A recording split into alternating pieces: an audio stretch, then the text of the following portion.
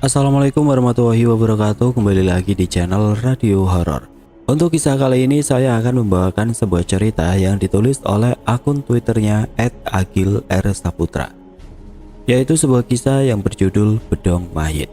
Dan sebelum kita lanjut ke ceritanya, tekan dulu tombol like video ini dan jangan lupa tekan juga tombol subscribe channel ini dan nyalakan juga lonceng notifikasinya agar tidak ketinggalan cerita-cerita lainnya dari channel ini.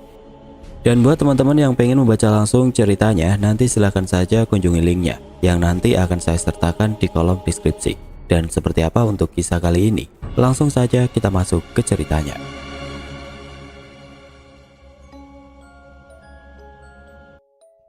Bedong mayit. Di beberapa daerah khususnya Jawa Tengah, secara umum bedong mayit adalah istilah untuk menyebut lapisan kain kafan paling pertama yang diperuntukkan sebagai pembungkus tubuh jenazah sebelum dipocong atau dikafani seluruhnya. Tapi dari dalam ilmu Jawa kuno yang tentunya tidak elok dan sangat terlarang, bedong mayit ini juga diyakini mempunyai tuah hampir mirip seperti tali pocong. Bahkan tingkatannya terbilang sangat jauh di atasnya. Namun karena mungkin cara mendapatkannya juga sangat tidaklah mudah dan resikonya yang tidak main-main, semua ilmu yang berkesinambungan dengan bedong mayit ini pun seiring berjalannya waktu, perlahan-lahan mulai dilupakan dan sudah sangat jarang sekali orang yang mau menekuninya. Namun ternyata ada satu manusia, dan mungkin saja ia adalah satu-satunya orang di tanah Jawa ini yang masih menyimpan dan merawat ilmu terlarang bernama bedong mayit itu. Di suatu sore di Desa Turi, Jawa Tengah kisaran tahun 1974 sampai dengan 1975. Seorang pemuda berlari tergopoh-gopoh sembari mengabarkan sesuatu kepada setiap orang-orang yang ia temui di sepanjang jalan. Pemuda itu adalah Darwis, cucu dari salah satu sesepuh desa yang saat itu tengah mengabarkan kepada orang-orang bahwa kakeknya sudah meninggal. Tolong, Mbak Kakung meninggal," ucapnya dengan mimik kata yang menahan tangis. Jelasnya yang Darwis wartakan saat itu adalah Mbak Gajul, kakeknya sekaligus sesepuh dan ahli penyembuh yang cukup dituakan di desa Turi ini. Tapi beda dengan Darwis sang cucu, para warga justru tampak tidak terlalu terkejut dengan warta kematian itu. Karena memang kurang lebih sudah 3 tahun terakhir ini, Mbak Gajul sakit dan tidak bisa apa-apa. Kentongan penanda adanya lelayu segera dibunyikan, dilanjut dengan warga yang bergerak kondusif menuju rumah Mbak Gajul untuk mempersiapkan semua hal-hal yang harus dilakukan. Maklum saja mendiang memang hanya tinggal berdua dengan cucunya dan selama ini dirawat oleh sang cucu Darwis. Sementara anak satu-satunya, ayah Darwis, sudah mapan di luar kota. Singkat cerita, jenazah Mbak Gajul pun sudah dimandikan serta dikafani dan kini telah berada terbujur beralas tikar. Terlihat Darwis yang sudah bersimpuh di depan tubuh kakeknya itu bersamaan dengan para pelayat yang silih berganti melihat tubuh Mbak Gajul sebelum dibawa ke makam. "Nang, apakah bapakmu sudah diberitahu?" tanya Mbak Jayu, salah satu sesepuh juga di desa Turi ini. "Sampun Mbah, tadi Pak Carik yang pergi ke kantor pos untuk mengirim telegram ke bapak," tanggap Darwis seraya mengusap air matanya. "Sing sabar ya Le, menurut Gusti, ini sudah yang terbaik. Lagi pula kasihan si mbahmu ini kalau sakit-sakitan terus," kata Mbak Jayus kepada Darwis saat itu. "Nji Mbah, kalau saya sih sangat ikhlas karena saya sebenarnya juga tidak tega melihat Mbak Kakung sakit-sakitan," tanggap Darwis yang setelah itu tiba-tiba teringat tentang wasiat kakeknya sebelum meninggal, yang hingga detik ini sama sekali tidak ia pahami. "Oh nggih Mbah, saya jadi ingat sejak Mbak Kakung mulai sakit, kurang lebih sudah 3 kali beliau ini mengatakan kepada saya perihal kain rombeng yang suatu saat harus dan wajib dikuburkan bersamanya kalau Mbak Kakung ini wafat," ungkap Darwis yang langsung membuat dahi Mbak Jayus mengernyit. "Ah, kain rombeng," kata Mbak Jayus yang tampak berpikir sejenak dan tidak lama kemudian langsung menemukan jawabannya. "Oh alah, saya ingat. Saya kira selama ini benda itu sudah dilarung. Ya wes, ayo kita cari. Apakah mbahmu juga mengatakan di mana dia menyimpan barang itu?" kata Mbak Jayus yang awalnya membuat Darwis semakin bingung. Apa sih itu Mbah?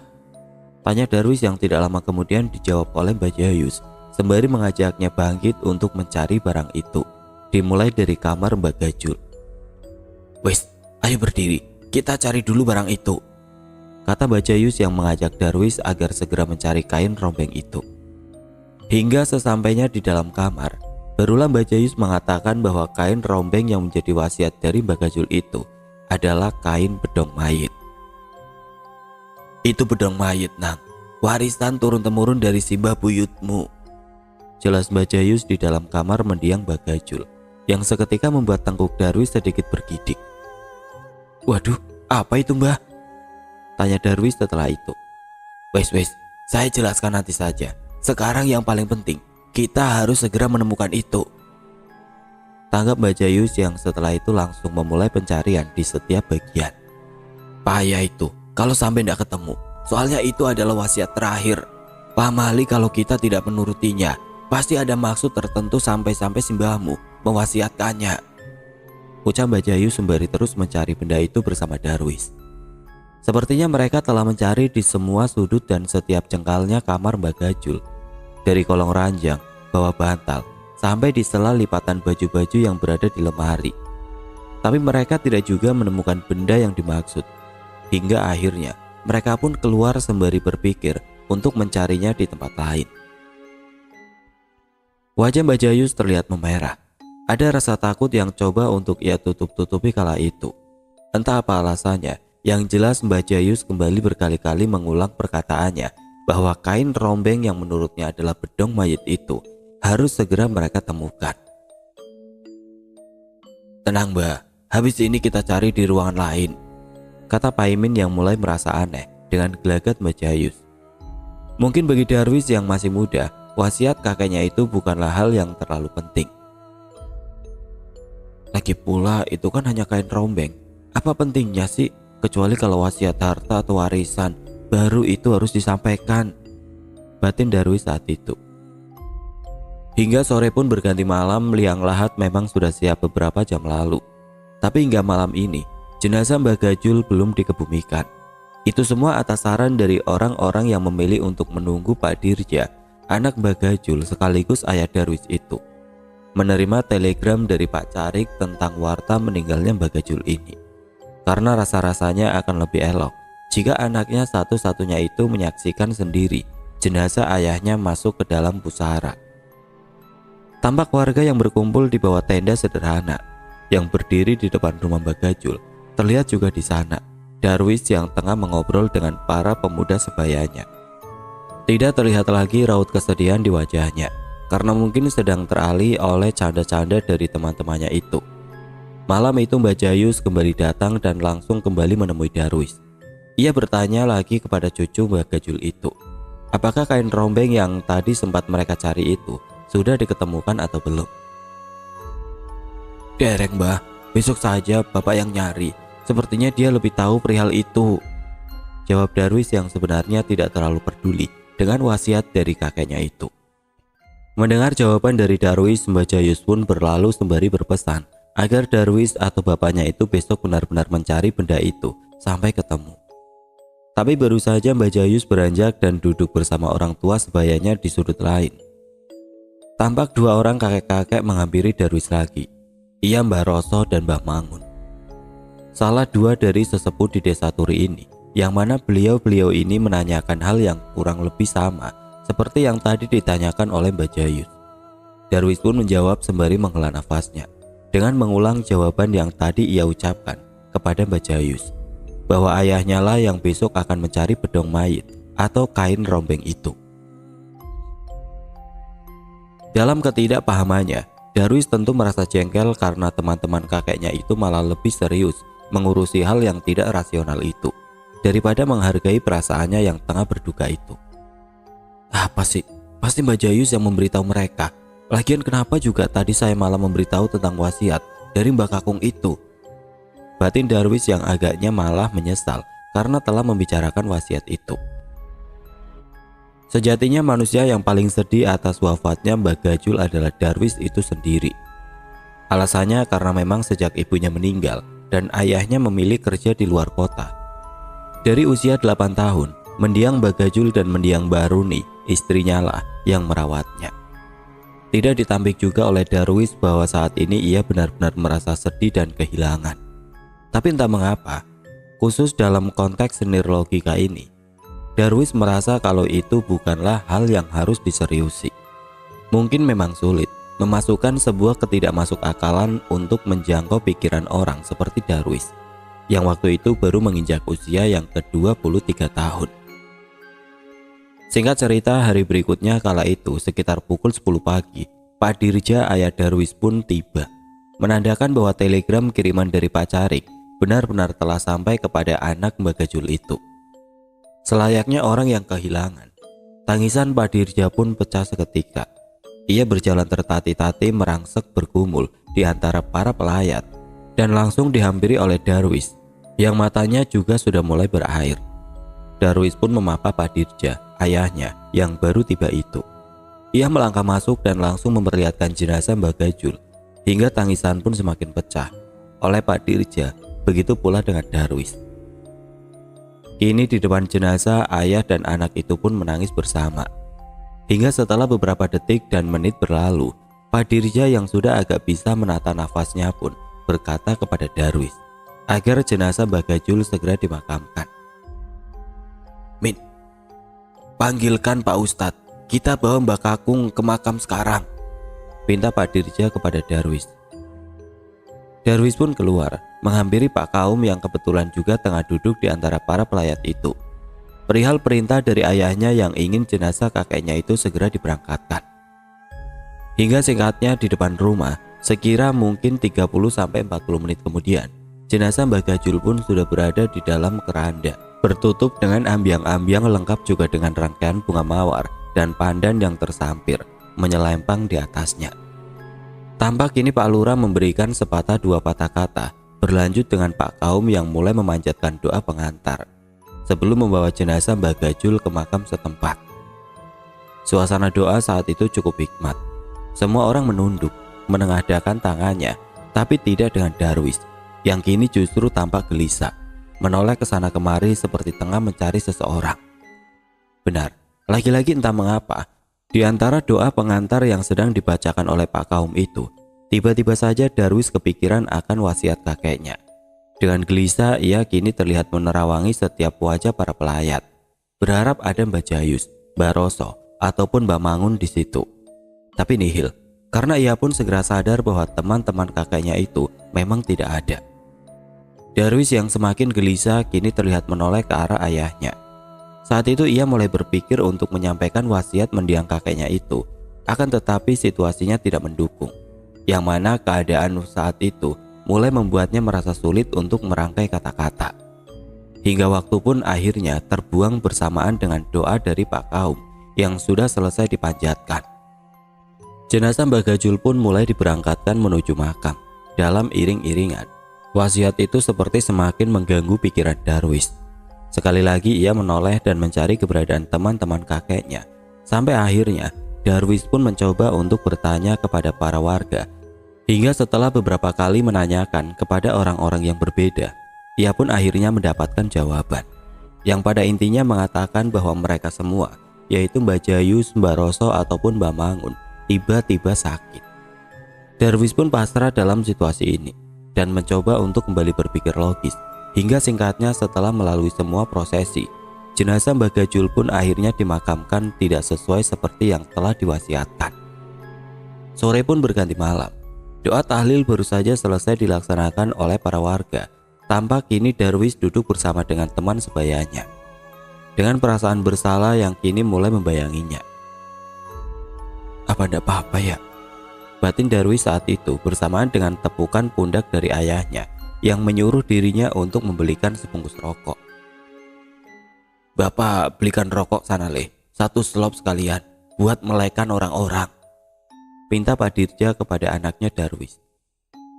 Darwis berjalan menuju warung dengan perasaan bersalah yang kian berputar-putar di otaknya. Biarkan saja, batinnya sembari terus melangkah. Sebetulnya rasa bersalahnya itu bukanlah tentang akibat yang akan timbul. Toh ia juga tidak terlalu percaya dengan hal-hal klinik semacam ini. Tapi yang sebenarnya menjadi beban pikirannya saat ini adalah betapa kurang ajarnya dia, tidak mau memenuhi wasiat kakeknya yang menurutnya bukanlah hal yang terlalu sulit untuk dilakukan. Tapi mau bagaimana lagi, semuanya sudah terlanjur. Hingga kejadian aneh pun terjadi, yang mana ini mungkin adalah awal yang diakibatkan oleh setitik kesalahannya itu. Saat itu Darwis yang baru saja sampai setelah membeli rokok, seketika dibuat terheran-heran. Dahinya mengernyit melihat tenda depan rumahnya yang semula ramai, kini tampak sepi, dengan meja dan kursi yang terlihat sedikit kacau. "Pak, Bapak," panggilnya seraya berjalan meragu. Ia pun melangkah masuk ke dalam rumah, menoleh ke sana dan kemari sembari terus memanggil-manggil ayahnya itu. "Apa-apaan ini?" batinnya yang semakin keheranan. Namun tidak lama setelah itu ia pun seketika merasa lega saat samar-samar ia mendengar suara keramaian dari arah belakang rumah. "Lagi pada ngapain di sana?" ucapnya sembari beranjak menghampiri sumber dari suara itu. Suaranya jelas dari belakang rumah. Bahkan sesampainya ia di ruangan paling belakang, yaitu di ambang pintu dapur, Darwis 1000% sangat yakin bahwa suara orang ramai itu masih benar-benar ia dengar. Tapi semua berubah senyap ketika ia membuka pintu belakang itu, karena suara yang semula ia dengar ramai itu sekarang tiba-tiba lenyap seketika dan berubah menjadi keheningan. Darwis melangkah keluar dari pintu untuk memastikan, yang mana kenyataannya keadaan belakang rumahnya itu memang benar-benar sepi dan hening. "Apa saya salah dengar ya?" batin Darwis seraya berbalik dan hendak kembali masuk. Akan tetapi belum sampai ia melangkahkan kakinya, tiba-tiba dengan samar ia seperti mendengar suara seorang wanita yang sedang bersenandung. Menyadari itu, Darwis sempat menghentikan langkahnya. Ia pun hendak berbalik dengan maksud untuk memastikan suara nyanyian itu.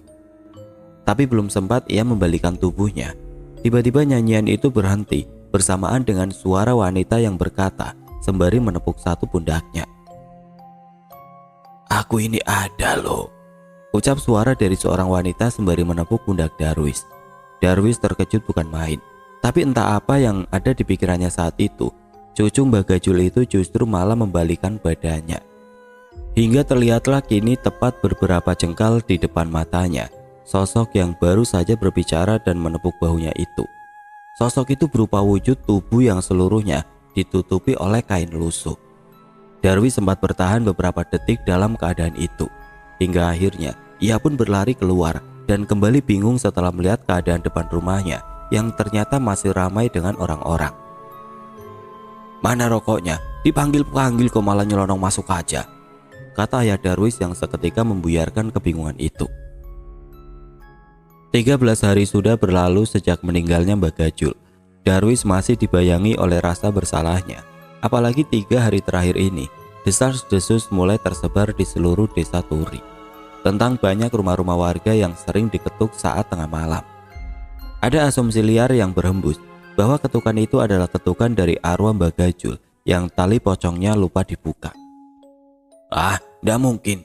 Saya ini ikut menurunkan almarhum Mbak Gajul loh ke liang lahat. Saya juga ingat kalau Pak Kaum sudah membuka tali itu," sangkal Parmin sang penggali makam dalam obrolan sore di kedai kopi pinggir desa Turi. "Walah, jadi semua ini apa penyebabnya? Apa mungkin itu adalah pegangan Mbak Gajul yang lepas karena majikannya sudah meninggal?" Tanggap salah seorang lainnya di kedai kopi itu, yang kembali Parmin jawab. "Bisa jadi, tapi entahlah, harusnya Mbak Jayus, Mbak Roso sama Mbak Mangun tahu maksud dari semua ini," jawab Parmin yang segera dipotong oleh Bu Yati, sang pemilik kedai. "Wah, mbok ditanyakan toh Kang Parmin ke mereka, biar segera diatasi. Soalnya sejak Mbak Gajul meninggal, warung saya ini semakin sepi saja kalau malam," salah Bu Yati sore itu. "Iya Mbak Ayu, sudah sejak 3 hari lalu saya juga sowan ke sana. Tapi Mbak Jayus, Roso sama Mbak Mangun ini lagi pada sakit semua, ndak bisa ditemui. Agak aneh juga, katanya para sesepuh-sesepuh ini sudah sakit sejak sehari setelah Mbak Gajul meninggal," ucap Parmin seraya menyesap kopinya. Kembali ke rumah mendiang Mbak Gajul, tampak sebuah pembicaraan singkat antara Darwis dan ayahnya yang sore itu hendak pulang lagi keluar kota. "Yakin kamu, Le? mau tinggal di sini sendiri. Ikut bapak saja toh, nanti akan bapak siapkan kamar di sana, tawar Pak Dirja kepada Darwis saat itu.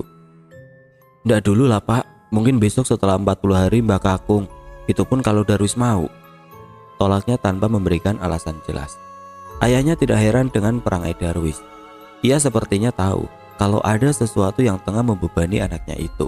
Hingga akhirnya Pak Dirja pun memancingnya dengan umpan yang sangat tepat. Kenapa memang Le? Kepikiran wasiat simbahmu?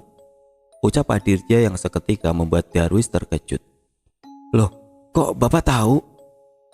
Ya tahulah, wong Bapak juga berkali-kali diberi wasiat itu kok. Bahkan dari Bapak masih seumuran kamu, jawab Pak Dirja yang semakin memancing beributannya di otak anaknya itu.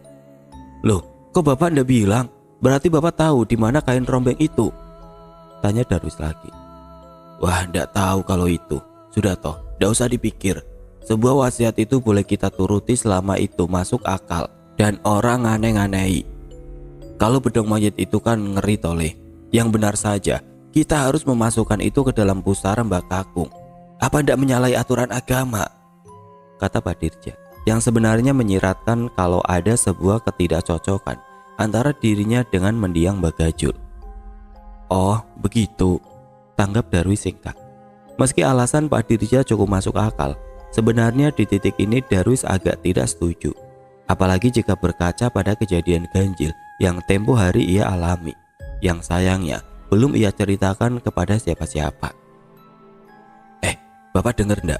Kalau belakangan ini katanya banyak rumah tetangga kita yang diketuk-ketuk sama dedemit, kata Darwis yang tiba-tiba merubah arah pembicaraan, yang mana membuat ayahnya menanggapinya dengan sedikit terkekeh. Tahu. Ada juga orang yang sampai kepada Bapak. Dan sudah Bapak klarifikasi juga. Apanya yang diklarifikasi Pak? Tanya Darwis yang kurang memahami. Jadi itu loh, Mbak Narti Paring kemarin sempat nanya Bapak, apakah pas Mbak Kakung dikubur kemarin, tali pocongnya sudah dilepas apa belum? Orang-orang itu nyangka ketukan itu adalah arwah Mbak Kakung yang meminta tali pocongnya untuk dilepas. Sudah gila kan? Lawang Bapak ini juga ikut membopong Simba turun ke liang lahat kok, dan melihat juga kalau Pak Kaum sudah melepaskan tali itu.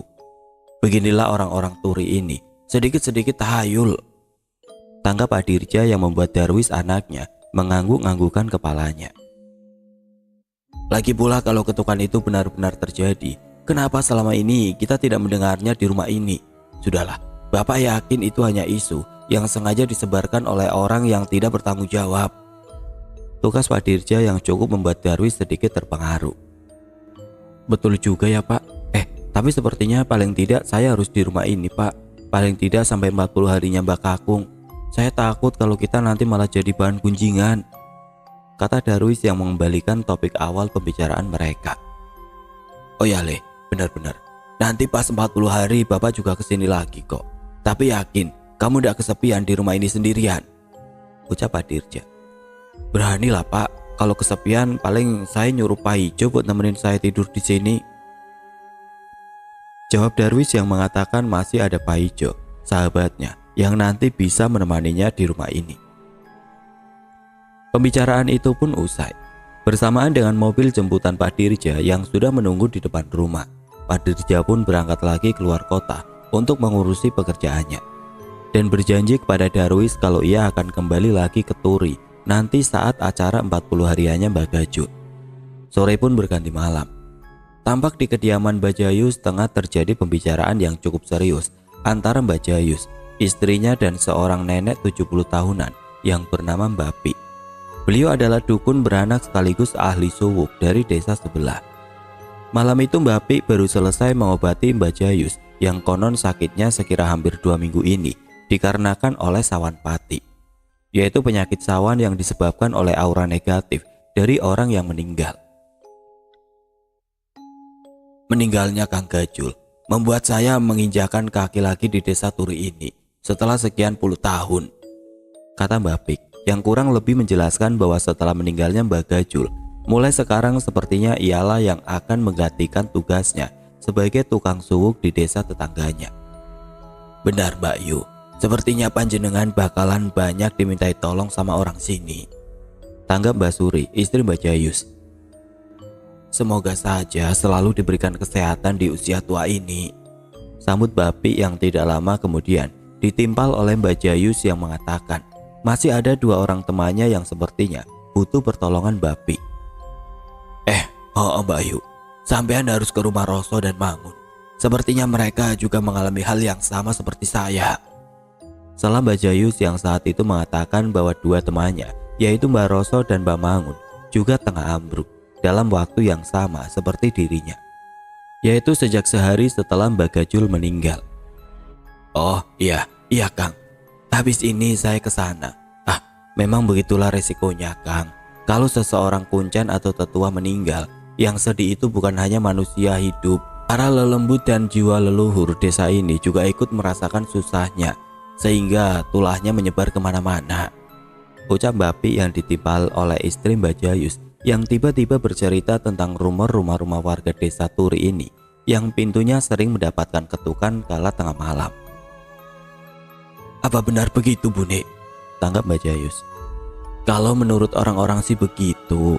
Ini lagi rame banget dibicarakan loh. Jenengan kan ndak tahu, wong sudah hampir 2 minggu ini jenengan tidak keluar dari rumah, tanggap Mbak Suri. Tapi apa rumah kita juga ikut diketuk? Kata Mbak Jayus lagi kepada istrinya. Enggak sih, kalau setahu saya enggak pernah dengar juga, jawab Mbak Suri yang ditanggapi lagi oleh Mbak Jayus dengan meminta pendapat Bapi. Jika semisal rumor ketukan itu memang benar, apakah ada hubungannya dengan kematian Mbak Gajul? Wah, kalau itu saya nggak tahu juga Kang. Pastikan dulu saja kebenarannya, ucap Bapi yang terlihat tidak ingin berbicara lebih jauh tentang rumor ketukan itu. Ya sudah Kang, saya pamit dulu. Sekalian pergi ke tempat Kang Roso sama Kang Mangun, mumpung belum terlalu malam, pamit Bapi yang sekaligus menyudahi obrolan itu. Menit pun berganti jam, hingga tidak terasa kala itu sudah menjelang tengah malam, bersamaan dengan gerimis kecil yang tampak mulai turun membasahi desa Turi. Sunyi, sepinya desa itu tampaknya sudah bertahan dari habis Isya sampai sekarang. Apalagi kalau bukan karena ketukan-ketukan itu yang sepertinya membuat sebagian besar warga 1 atau 2 pekan terakhir ini tidak berani keluar rumah setelah petang menjelang. Kembali ke kediaman Mbak Jayus. Malam ini adalah malam di mana akhirnya Mbak Jayus bisa tertidur dengan nyenyak. Tidak seperti kemarin saat belum mendapatkan suwuk dari Mbak Pik, yang mana hampir seminggu lebih Mbak Jayus selalu terbangun oleh perutnya yang tiba-tiba mual dan kepalanya yang tiba-tiba pening. Mbak Suri juga kurang lebih merasakan hal yang sama. Ia malam ini akhirnya bisa tertidur dengan tenang karena tidak lagi harus terbangunkan oleh Mbak Jayus yang meminta sesuatu saat tengah malam. Tapi di tengah gelapnya malam itu, di antara suara rintik hujan yang menimpa genteng rumah mereka, terselip ketukan-ketukan di jendela kamarnya. Dak, dak, dak. Dak, dak, dak. Suara ketukan dari luar jendela yang terdengar beberapa kali hingga akhirnya membangunkan Mbak Suri. Istri Mbak Jayus itu pun terbangun dan dengan mata yang saat itu masih separuh terpejam, ia merasa tidak begitu yakin dengan suara yang membangunkannya itu. Sejenak pandangannya mengarah ke arah jendela. Tapi karena memang tidak ada apa-apa, ia pun kembali hendak melanjutkan tidurnya. Pegahnya sembari membalikkan tubuhnya untuk mendapatkan posisi ternyaman. Namun belum sampai ia kembali memejamkan matanya, sayup-sayup ia mendengar sesuatu. Alis Mbak Suri seketika mengkerut untuk mencermati, hingga kantuknya pun mendadak sirna, berganti dengan matanya yang kini terbelalak setelah menyadari suara yang semula seperti dari kejauhan itu seakan semakin mendekat ke arah rumahnya. Suara itu bukanlah ketukan, bahkan menurutnya lebih ganjil dari itu, karena secara sekilas suara itu mirip dengan suara tahlil, yang mana jika boleh dicontohkan, suara itu seperti layaknya rombongan orang yang tengah menggotong keranda menuju pemakaman sambil bertahlil. Manusia gila mana yang memakamkan orang selarut ini? Batin Mbak Suri saat itu. Mbak Suri memang bukanlah seorang pemberani, tapi ia juga bukan tipe orang yang mudah untuk ditakut-takuti. Hal itu terbukti karena saat itu Mbak Suri justru berniat untuk memeriksa keanehan itu. Ia pun segera bangkit dan buru-buru keluar dari kamarnya. Bersamaan dengan suara mirip rombongan pembawa jenazah itu yang kian jelas terdengar. Mbak Suri bergegas ke ruang depan, mendekati jendela dan menyingkap tirainya seukuran satu bola matanya. Dan benar, tidak sampai beberapa detik setelah itu, terlihatlah rombongan ganjil yang berjalan melewati depan rumahnya. Dan bersamaan dengan itu Mbak Suri juga segera menyadari bahwa kalimat yang diucapkan oleh rombongan iring-iringan pengantar jenazah itu bukanlah tahlil, melainkan ungkapan dalam serapan kalimat bahasa Jawa yang berbunyi, "Mulio, mulio, mulio." Begitulah sekira dalam pendengaran singkat Mbak Suri, yang mana kata mulio itu dalam bahasa Jawa mempunyai arti pulanglah. Mbak Suri masih terpaku dari balik singkapan tirainya itu.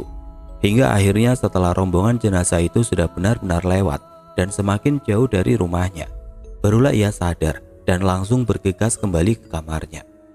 "Astagfirullah, astagfirullah, astagfirullah," ucapnya seraya berjalan masuk ke kamarnya. Mbak Suri pun naik lagi ke tempat tidurnya dengan ekspresi takutnya yang berusaha ia sembunyikan. Namun saat ia mencoba untuk kembali merebah, tiba-tiba saja Mbak Jayus terbangun dan langsung berkata, "Siapa Bune?" tanya Mbak Jayus tiba-tiba, yang membuat Mbak Suri yang tengah gugup itu cukup terkejut. "Astagfirullah, anu Pak," tanggap Mbak Suri yang tentu belum siap merangkai kata-katanya karena melihat suaminya yang tiba-tiba terbangun. Entah apa yang melatar belakangi pertanyaan Mbak Jayus itu, yang jelas saat itu ia seperti paham dan mengerti kalau istrinya baru saja mengalami ketidakwajaran. Hingga ia pun kembali mengulangi pertanyaannya. "Siapa Bune? Sampean ini lihat apa?" tanya Mbak Jayus lagi. Hingga tidak lama setelah itu, akhirnya Mbak Suri pun menjelaskan bahwa ia baru saja melihat hantu pengiring jenazah yang dikenal juga dengan sebutan Kromoleo melewati jalan depan rumah mereka. "Kromoleo Pak, tadi mereka lewat depan rumah," kata Mbak Suri. Kromoleo digambarkan sebagai rombongan pengiring jenazah seperti layaknya lampor. Kromoleo disebut-sebut pertanda datangnya musibah apabila melewati dan berhenti di sebuah wilayah atau desa.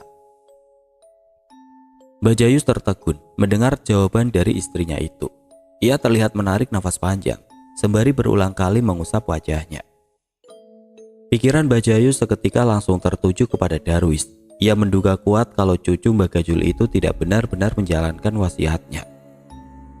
"Harusnya saya tahu kalau sedari awal si Darwis itu memang tidak menganggap serius wasiat dari Kang Gajul," kata Mbak Jayus tidak lama setelah itu. Mbak Suri segera paham apa yang baru saja diungkapkan oleh Mbak Jayus, karena memang sudah dari tempo lalu ia juga sempat diberitahu oleh suaminya tentang wasiat dari Mbak Gajul kepada cucunya itu. "Waduh, kok bisa-bisanya? Apa Darwis memang sengaja melakukannya?" tanggap Mbak Suri, yang kembali dijawab oleh Mbak Jayus dengan cukup bijak. "Entah sengaja atau tidak sengaja, yang jelas dia tidak tahu akibat yang akan ditanggung. Salah saya juga kemarin tidak memberitahu resikonya. Gajul memang sudah mewasiatkan itu berulang kali, tapi menurut Darwis kakeknya itu bicara tentang wasiat itu hampir 3 tahun yang lalu ketika Gajul sendiri juga masih sehat, dan ditambah lagi bedong mayit itu malah hilang," kata Mbak Jayus yang setelah itu kembali mengatakan kalau semua sudah terlanjur. "Sudahlah Bune, semua sudah terjadi. Sepertinya untuk beberapa hari ke depan seluruh desa memang akan ikut menanggungnya. Besok saya akan bicara dengan Darwis bersama Roso dan Mangun yang lebih paham tentang hal seperti ini daripada saya," tukas Mbak Jayus. "Wah, Gusti Pangeran, ada-ada saja," ucap Mbak Suri yang mana bersamaan dengan terdengarnya ketukan di pintu depan. "Dak, dak, dak, dak, dak, dak." "Duh," tanggap Mbak Jayus dan Mbak Suri yang seketika terdiam dan saling menatap. Ketukan itu terdengar lembut, namun bertahan cukup lama.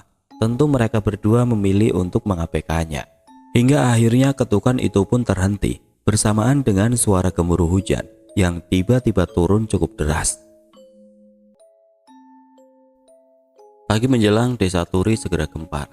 Hampir semua orang bersaksi bahwa semalam mereka melihat hantu Kromoleo.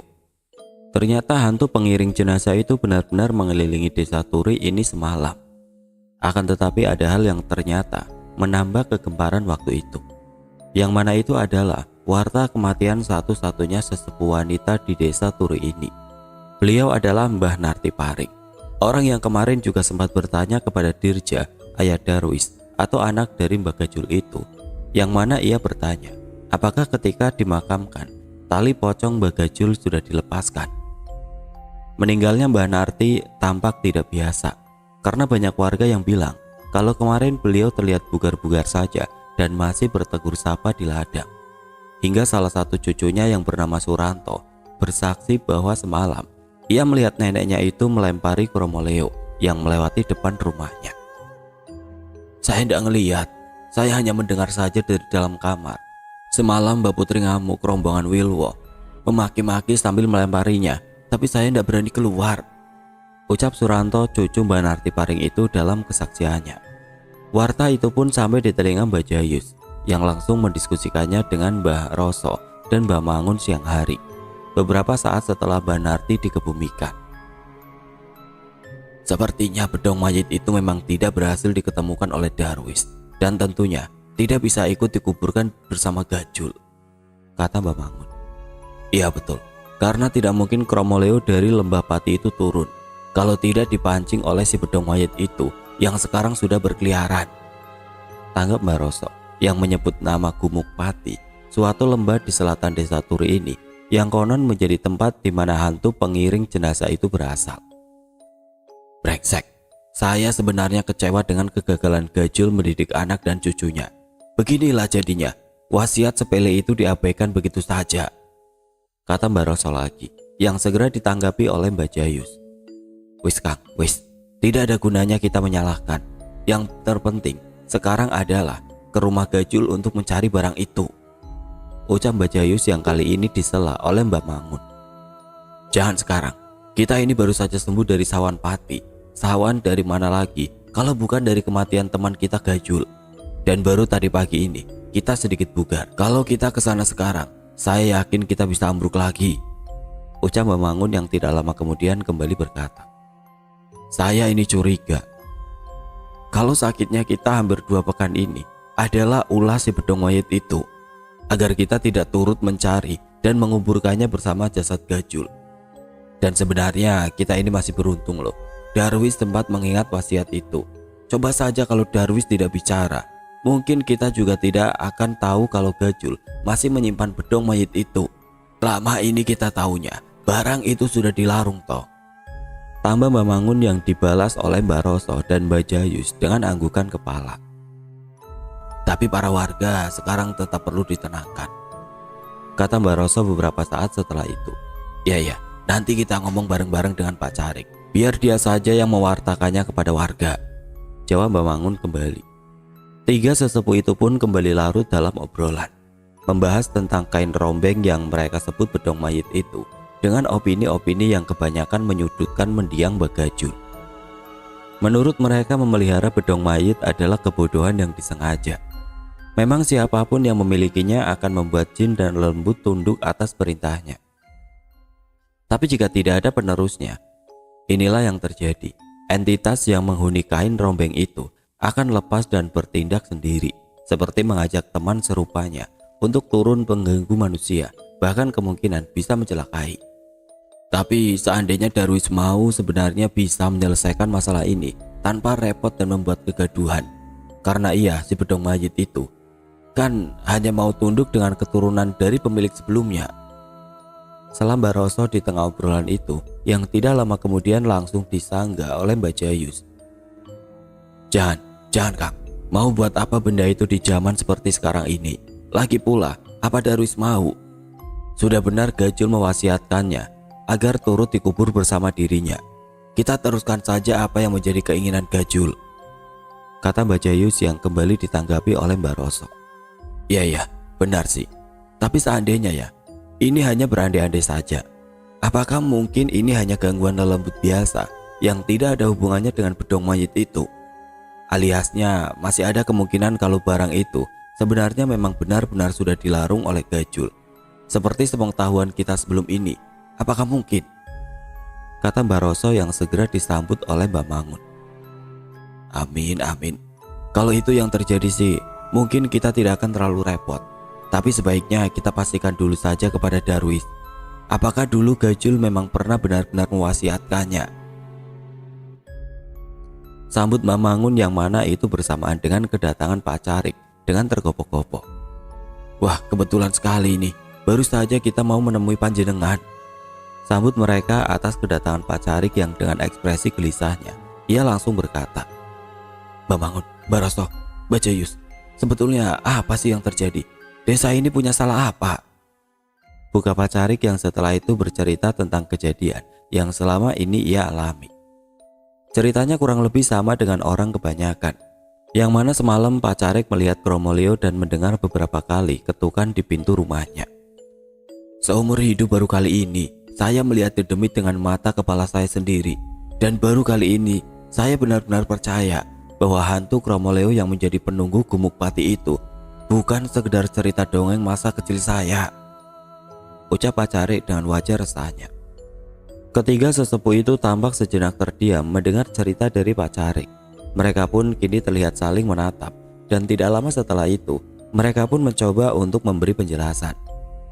Begini Pak Carik, kami bertiga sudah membicarakan itu, ucap Mbak Jayus mewakili di awal penjelasannya. Terus bagaimana Mbah? Tanggap Pak Carik yang kembali disambut oleh Mbak Jayus dengan berkata, kalau perkiraan kami benar, sepertinya ketukan dan gangguan lelembut itu masih akan terus terjadi di desa ini, sampai nanti barang yang menjadi penyebabnya berhasil kita temukan, kata Mbak Jayus yang awalnya membuat Pak Carik tidak paham. Nuwun sewu, barang apa Mbah? Tanya Pak Carik yang kali ini dijelaskan oleh Mbak Mangun. Seperti yang sudah diketahui, Mbak Mangun pun menjelaskan kepada Pak Carik perihal kain rombeng wasiat mendiang Mbak Gajul yang harusnya ikut dikuburkan bersama jasadnya, yang mana dugaan sementara itulah yang memicu teror ganjil belakangan ini. Kami juga belum bertanya langsung pada Darwis apakah benda itu sudah benar-benar dikuburkan bersama jasad Kang Gajul. Tapi pendapat pribadi saya, tanda-tanda yang sudah terjadi sepertinya mengarah ke sana, jelas Mbak Mangun yang tiba-tiba membuat dahi Pak Carik mengernyit karena mengingat sesuatu. Oh, bisa jadi Mbah, tanggap Pak Carik beberapa saat kemudian. Bisa jadi apa? Tanya Mbak Jayus, Mbak Roso dan Mbak Mangun yang juga mengkerutkan alisnya. Yang mana tidak lama kemudian Pak Carik pun kembali berkata, saya jadi ingat Mbah, tempo hari beberapa saat sebelum Mbak Gajul dimakamkan, tepatnya ketika rombongan jenazah mulai berjalan menuju makam, Darwis sempat bertanya kepada saya tentang keberadaan panjenengan. Wajahnya memang terlihat panik. Apa mungkin itu ada hubungannya ya Mbah? Jelas Pak Carik yang seketika membuat ketiga sesepuh itu terdiam beberapa saat. Wah, benar sepertinya. Ini benar, sambut Mbak Roso yang kembali disela oleh Pak Carik yang sengaja ketiga sesepuh itu agar menemui Darwis sekarang juga. Nyuwun sewu, apa kita ke Darwis saja sekarang? Ajak Pak Carik yang langsung ditolak oleh Mbak Mangun. Jangan sekarang Mas, kami bertiga ini baru saja lepas dari sawan Lelayu. Dan setelah mendengar cerita sampean barusan, kami juga semakin yakin kalau sawan itu adalah ulah dari si bedong mayitnya Gajul. Menurut kepercayaan saya, darah kami masih bau, dan kalau saat ini kami menginjak tempat di mana sawan itu diduga berasal, akan cukup membahayakan tubuh saya Kang Mangun dan Kang Jayus yang sudah tua ini. Jelas Mbak Mangun yang memberikan alasan dibalik penolakannya itu. Oh Pak Carik, kita tunggu barang sehari 2 hari sampai pening-pening ini hilang. Nah, untuk kalau berkenan, malahan jenengan saja dulu yang menemui Darwis dan setelah itu melaporkannya kepada kami, tambah Mbak Roso yang kini ternyata ditolak juga oleh Pak Carik. Wah ngapunten Mbah, kalau itu saya tidak berani. Saya tunggu saja sampai panjenengan semua siap dan kita menemui Darwis sama-sama. Dan kalau perlu, besok pagi saya akan kirim telegram juga kepada Dirja selaku bapaknya. Tolak Pak Carik yang tiba-tiba dijawab Mbak Roso dengan nada yang agak tinggi. Nggak usah Mas, nggak usah kasih tahu Dirja dulu. Dia tidak akan membantu apa-apa juga. Kalau mempersulit sepertinya malah iya. Nanti akan ada waktunya. Satu anak Gajul yang keras kepala itu tahu dan percaya, ungkap Mbak Roso yang sepertinya agak menaruh kebencian dengan anak temannya itu. Oh nggih Mbah, Siap kalau begitu, dawuh panjenengan saya manut. Tapi untuk sekarang apa yang harus kita lakukan? Kata Pak Carik lagi yang meminta petunjuk. Ketiga sesepuh itu pun sejenak berunding untuk memikirkan penangkal apa yang paling mudah dibuat. Namun setelah beberapa saat saling bertukar pendapat, Bajayus, Baroso dan Bamangun itu tampaknya tidak berhasil menemukannya. Sampai akhirnya tiba-tiba saja ketiga sesepuh itu pun saling menatap dan sepertinya memikirkan sesuatu yang sama dalam otaknya. Baroso menggelengkan kepalanya, seakan paham dengan pikiran kedua temannya itu. Begitu pula dengan Bajayus yang tiba-tiba berkata, Jangan kalau itu," kata Bajayus tiba-tiba yang segera ditimpal oleh Bamangun dengan sebuah pertanyaan. Sampean isi nyimpen toh," kata Bamangun setelah itu. Pak Carik hanya menatap kebingungan. Ia sama sekali tidak paham dengan perangai aneh ketiga kakek-kakek di depannya itu. Hingga Bamangun pun kembali berkata, "Satu-satunya yang bisa sedikit menyamai bedong mayit, ya hanya tali mayit," kata Bamangun yang seketika membuat Pak Carik semakin bertanya-tanya. "Apa-apaan ini?" batin Pak Carik mendengar ucapan yang semakin ngelantur itu. Sementara Baroso dan Bajayus tampak menanggapi kata Bamangun dengan pasrah, karena sepertinya hanya benda itulah yang saat ini bisa sedikit memperbaiki keadaan. Benar, memang saya masih menyimpannya," kata Baroso yang setelah itu diikuti juga oleh Bajayus yang juga memberikan pernyataan yang sama. Pak Carik hanya bisa berprasangka kalau sepertinya ketiga sesepuh itu hendak sedang memaksakan diri untuk melakukan hal yang sebenarnya tidak ingin mereka lakukan. Hingga fakta baru pun terkuak.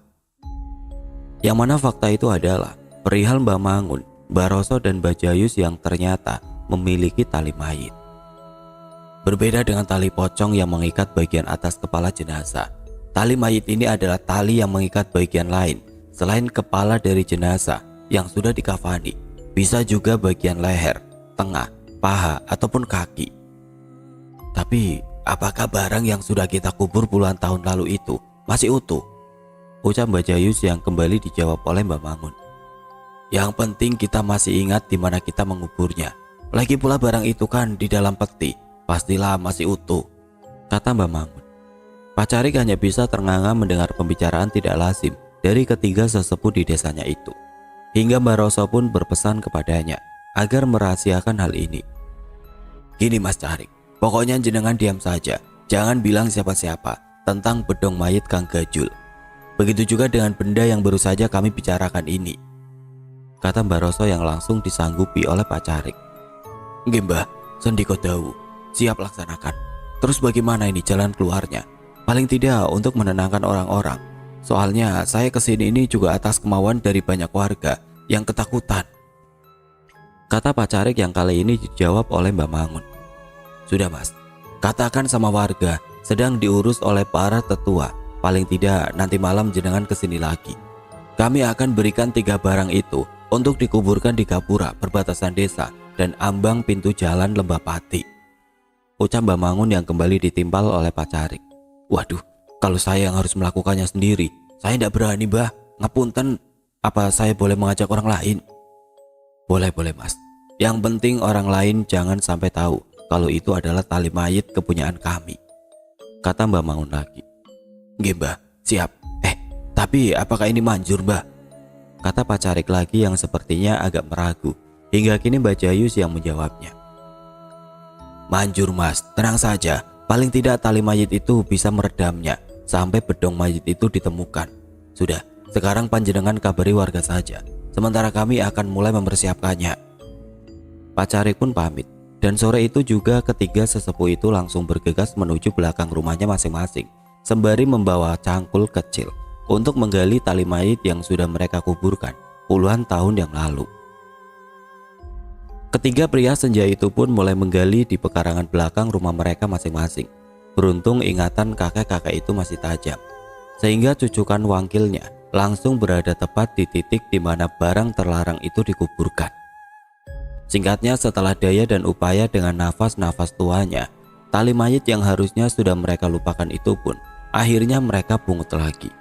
Dalam galian yang untungnya tidak terlalu dalam, terjadi momen yang sama namun di 3 tempat yang berbeda. yang mana Mbak Jayus, Mbak Roso, dan Mbak Mangun sama-sama memohon ampunan Tuhan dan mengucap maaf dengan menyebut nama seseorang. Ampun Gusti Pangeran, amit sewu, nyuwun pangapunten swargi langgeng kagem almarhumah Ibu Mawarti Suketi. Begitulah sekira kata yang sama-sama mereka ucapkan sembari mengangkat barang itu dari dalam tanah, yang mana nama perempuan yang mereka sebut itu ternyata adalah nama dari jenazah yang tali mayitnya 50 tahun lalu mereka curi. Dalam waktu yang bersamaan pula pikiran ketiga sesepuh itu seperti kembali lagi ke masa lalu, mengorek rahasia gelap yang harusnya sudah lama sekali mereka lupakan. Semua teringat kembali kenangan gelap itu ketika suatu malam Mbak Gajul, Mbak Jayus, Mbak Roso, dan Mbak Mangun yang kala itu masih muda diam-diam menggali makam Ibu Mawarti Suketi yang baru dikuburkan selama 7 hari itu hanya untuk mengambil tali mayitnya. Ya, ternyata Mbak Gajul juga memiliki tali mayit itu. Benda itu tentu sangat terlarang. Cara mendapatkannya juga menabrak tatanan nilai, norma, dan agama. Tapi entah tren macam apa di masa muda mereka itu yang justru sempat memiliki rasa bangga setelah mendapatkan tali mayit itu. Malam pun mulai menjelang. Ketiga sesepuh itu kembali berkumpul di rumah Mbak Roso untuk menunggu Pak Carik. Tali-tali mayit itu juga sudah dibungkus rapi, yang mana sesuai rencana akan dikuburkan di 3 titik penting di desa Turi ini. Kalau punya Gajul dikubur di mana ya? Kata Mbak Jayus dalam obrolan di ruang tamu rumah Mbak Roso yang menanyakan. Ya pasti di belakang rumah, tapi untuk di mananya itu kita ya ndak tahu. Tanggap Mbak Mangun. Iya, harusnya memang kurang satu kalau memang mau benar-benar kuat. Selam Mbak Roso yang langsung ditanggapi oleh Mbak Mangun. Alah, Mbak Uwes, ini saja kita terpaksa. Semoga jasa ini cukup bisa untuk meredam.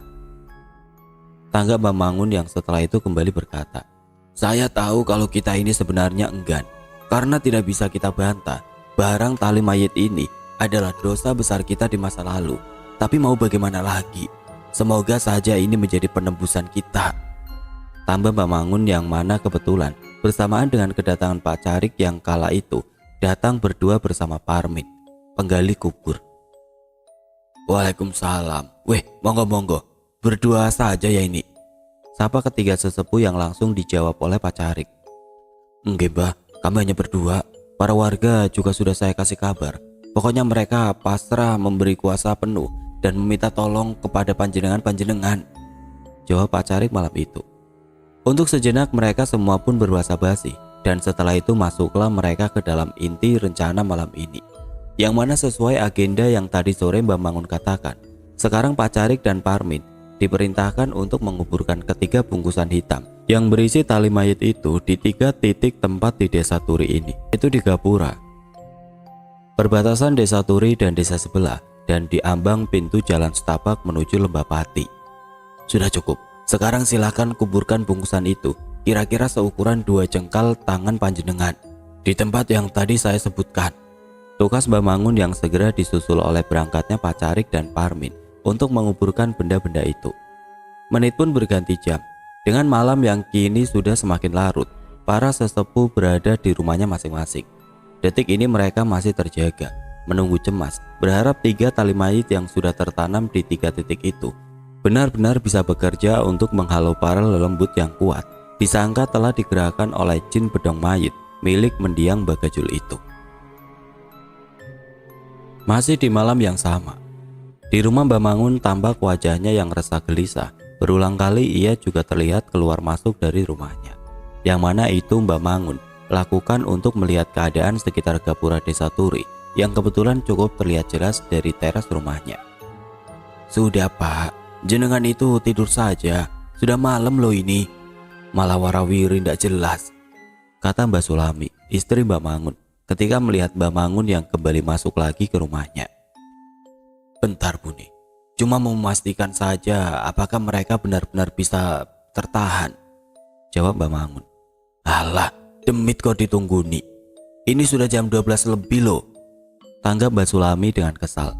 Namun ia tetap saja kembali duduk di ruang tamu itu dan tidak mau meninggalkan suaminya gelisah sendirian. Sudah Bune, kalau sampean ngantuk tidur saja dulu, sambut Mbah Mangun. "Ah, mau sampean ini apa ndak ngerti kalau saya ini takut?" kata Mbah Sulami dan segera ditanggapi oleh Mbah Mangun dengan isyarat jarinya. "Shh, saya bune, denger ndak?" kata Mbah Mangun. "Denger apa sih Pak? Mbok jangan nakut-nakuti toh," kata Mbah Sulami yang terperajat bangkit dan langsung memegang lengan suaminya. "Shh, itu loh, rame-rame di luar," kata Mbah Mangun yang seketika membuat Mbah Sulami mau tidak mau harus turut mencermati. Dan benar, samar namun jelas terdengar di telinga Mbah Mangun dan istrinya suara riuh keramaian yang tidak bisa dijelaskan. Sumbernya tidak jauh dari depan rumahnya dan patut diduga itu pastinya berasal dari sekitaran gapura desa yang jaraknya tidak sampai 100 meter dari rumah Mbah Mangun itu. Mbah Mangun ingin segera keluar untuk memeriksanya, namun Mbah Sulami langsung mencegah. "Bos sudah toh Pak, ndak usah dilihat," cegah istri Mbah Mangun sembari menarik lengan suaminya itu. Mbah Mangun pun urung keluar dari rumahnya, tapi mereka juga tidak segera beranjak dan malah masih mencermati suara riuh ganjil itu dari ruang tamu. Hingga beberapa saat setelah itu, secara perlahan suara riuh keramaian itu seperti semakin mendekat di pendengaran mereka. "Kok makin jelas ya? Sudah toh Pak, kita masuk kamar saja," ucap Mbah Sulami yang saat itu terlihat ketakutan. "Saya Bune, ini kalau sampai berhenti di depan rumah kita bisa celaka," tanggap Mbah Mangun. "Terus mau gimana sih?" ucap Mbah Sulami yang setelah itu segera diantarkan oleh Mbah Mangun untuk masuk dulu ke dalam kamar karena suara keramaian itu benar-benar terdengar semakin dekat dengan rumahnya. "Sudah Bude, sampean tak antar masuk dulu saja," kata Mbah Mangun singkat sembari sedikit menggeret istrinya menuju ke kamar. Mbah Mangun pun kembali beranjak meninggalkan istrinya dan sembari menenteng sapu gerang atau sapu lidi yang sudah kikis, Mbah Mangun pun keluar dari rumahnya untuk menghadapi keramaian ganjil itu. Dan memang benar dugaannya, karena ia yang saat itu baru saja keluar dari rumahnya, segera diperlihatkan oleh pemandangan ganjil. "Astagfirullah," kata Mbah Mangun yang saat itu masih berdiri di lantai teras rumahnya. Melihat itu Mbah Mangun hanya bisa bersikir dalam hati, sembari meremas sapu gerang yang ia genggam untuk menata dan mengumpulkan keberaniannya. Sebenarnya Mbah Mangun sudah sedikit terbiasa melihat telur lembut atau semacamnya, tapi untuk kali ini sepertinya apa yang tampak di matanya sudah di luar dari kebiasaannya. Karena pemandangan ganjil itu nyata-nyata tidak hanya satu, tapi berupa gerombolan lembut berbaju putih yang tampaknya tinggal beberapa meter lagi akan benar-benar sampai di depan rumahnya. Tidak ada jalan lagi, Mbah Mangun pun memaksakan dirinya turun ke jalan untuk menghadang gerombolan lembut itu agar tidak sampai masuk ke desanya lebih dalam. Walau dengan sedikit meragu, Mbah Mangun pun berdiri di tengah jalan dan langsung mengacungkan sapu gerang yang dibawanya ke arah para lelembut yang melayang-layang di depannya itu. Dan sama sekali tidak ia duga, ternyata usaha serampangannya ini malah berhasil membuat rombongan ganjil itu berhenti, mendekat, dan perlahan mundur menjauh. Mbah Mangun malah sempat merasa heran dengan dirinya sendiri. Bagaimana caranya sapu gerang ini bisa menakut-nakuti lelembut sebanyak itu? Entahlah, batin Mbah Mangun di antara degup jantungnya yang masih kencang itu. Bersamaan pula dengan suara riuh ramai ganjil yang terasa semakin jauh dan akhirnya menghilang. Ia pun menghela nafasnya, sembari berjalan kembali ke rumahnya dengan tubuhnya yang ternyata masih saja gemetar. Lama ndak seperti ini. Ternyata saya sudah tidak senekat dan seberani dulu, ucap Mbah Mangun dalam hati beberapa saat setelah ia kembali masuk ke dalam rumahnya. Singkatnya malam itu pun berlalu begitu saja dan berganti dengan pagi yang cukup tenang. Kabar baik pun segera tersiar hari itu perihal dawuh ketiga sesepuh yang sepertinya berhasil menghentikan teror itu. "Alhamdulillah Mbah, saya semalam sengaja tidak tidur dan sampai subuh saya sama sekali tidak mendengar wilwo maupun ketukan seperti biasanya," kata Pak Carik yang pagi ini sudah berada di rumah Mbah Roso untuk melaporkan hal itu. Mbah Roso mengernyit heran. "Oh, berarti dedemit-dedemit itu hanya mendatangi saya," batin Mbah Roso yang semalam ternyata juga mengalami hal serupa seperti Mbah Mangun. "Oh ya, syukurlah kalau begitu," tanggap Mbah Roso yang saat itu mencoba mendukung pernyataan Pak Carik walau sambil menyimpan keraguan di dalam hatinya. "Tapi untuk agenda pencarian bedong mayat itu tetap harus kita teruskan, lupa cari. Saya merasa kalau ini hanya bersifat sementara," tambah Baroso yang terjeda oleh kedatangan Parmin si penggali kubur dengan wajahnya yang pagi itu tampak pucat. "Kula nuwun," ucap Parmin di ambang pintu rumah Baroso yang langsung disambut untuk turut duduk bersama Pak Carik yang sudah datang terlebih dahulu. "Kita berhasil, Kang Min. Jimat yang semalam kita kuburkan itu berhasil menghilangkan gangguan yang sudah bertahan di desa ini selama berhari-hari itu," ucap Pak Carik kepada Parmin dengan senyuman lebar, yang mana tidak lama kemudian justru ditanggapi Parmin dengan wajah lesunya. "Ya, memang benar Pak Carik. Kromoleo dan kawan-kawannya tidak lagi berkeliling desa, tapi semalam saya benar-benar dibuat tidak tidur karena Wilwo itu tertahan di dekat rumah saya dari tengah malam sampai subuh," kata Parmin dengan muram yang malah ditanggapi Baroso dengan terkekeh. "Walah Min, saya baru ngeh kalau rumahmu itu tidak terlalu jauh dengan mulut jalan menuju Lembah Pati. Ya jelas kalau Kromoleo itu tidak bisa masuk, pastinya memang akan tertahan di jalan itu," kata Baroso yang membuat Parmin hanya bisa menghela nafasnya sembari berkata, "Sudahlah, sudah terlanjur juga. Hitung-hitung perjuangan untuk desa ini. Tapi Mbah, kalau bisa ya jangan setiap malam seperti itu. Bisa-bisa saya malah pindah dari desa ini," kata Parmin. "Alah, tenang. Sedang kami urus kok," tanggap Baroso. Mereka pun sejenak berbincang-bincang di pagi itu. Hingga sekira 30 menit kemudian, Pak Carik dan Parmin pun berpamitan. Masih di rumah Baroso. Tidak lama setelah Pak Carik dan Parmin pulang, Mbak Gendis yang mana beliau adalah istri dari Baroso pun keluar dengan membawa nampan yang berisi 3 gelas kopi panas. "Alah Bude, saya kan bisa buat sendiri. Lagi pula Parmin sama Mas Carik juga sudah pulang kok," kata Baroso sembari bangkit dan merebut pelan nampan yang sedang dibawa oleh istrinya itu. Mbak Gendis adalah penderita katarak yang sudah cukup parah. Karena itulah Baroso kerap melarangnya untuk mengerjakan sebagian kegiatan rumah tangga yang dirasa bisa membahayakan. "Bukan buat Parmin sama Pak Carik kok Pak," tanggap Mbak Gendis beberapa saat setelah suaminya itu mengambil nampan kopi yang dibawanya. "Terus buat siapa Bude?" jawab Baroso dengan menghela nafasnya seraya meletakkan gelas-gelas kopi itu di atas meja ruang tamunya. "Ya, buat sampean, Jayus dan Mas Mangun," jawab Mbak Gendis yang tentu membuat Baroso mengangkat alisnya. "Piye to iki?" kata Baroso dalam hati, yang mana tidak sampai 4 detik setelah itu, entah ajaib atau hanya kebetulan saja, tiba-tiba Mbak Jayus dan Mbak Mangun pun datang. "Kula nuwun," ucap mereka yang langsung masuk karena memang pintu rumah Baroso sudah terbuka. "Nah, toh, kandhani kok, apa saya bilang?" sambut Mbak Gendis setelah mengetahui kedatangan Mbak Mangun dan Mbak Jayus. Harusnya Baroso sudah tahu tentang istrinya yang sering memperlihatkan hal-hal yang tidak bisa dijelaskan semacam ini. Tapi karena itu sudah lama sekali tidak terjadi, saat itu Baroso hanya bisa tertegun. Mbak Jayus tampak bertanya-tanya. Rasanya sudah lama sekali ia tidak melihat istri Baroso itu. Karena sejak penyakit kataraknya kian parah, beliau memang lebih sering berada di dalam kamarnya. "Weh, Mbak Ayu, gimana? Sehat kan?"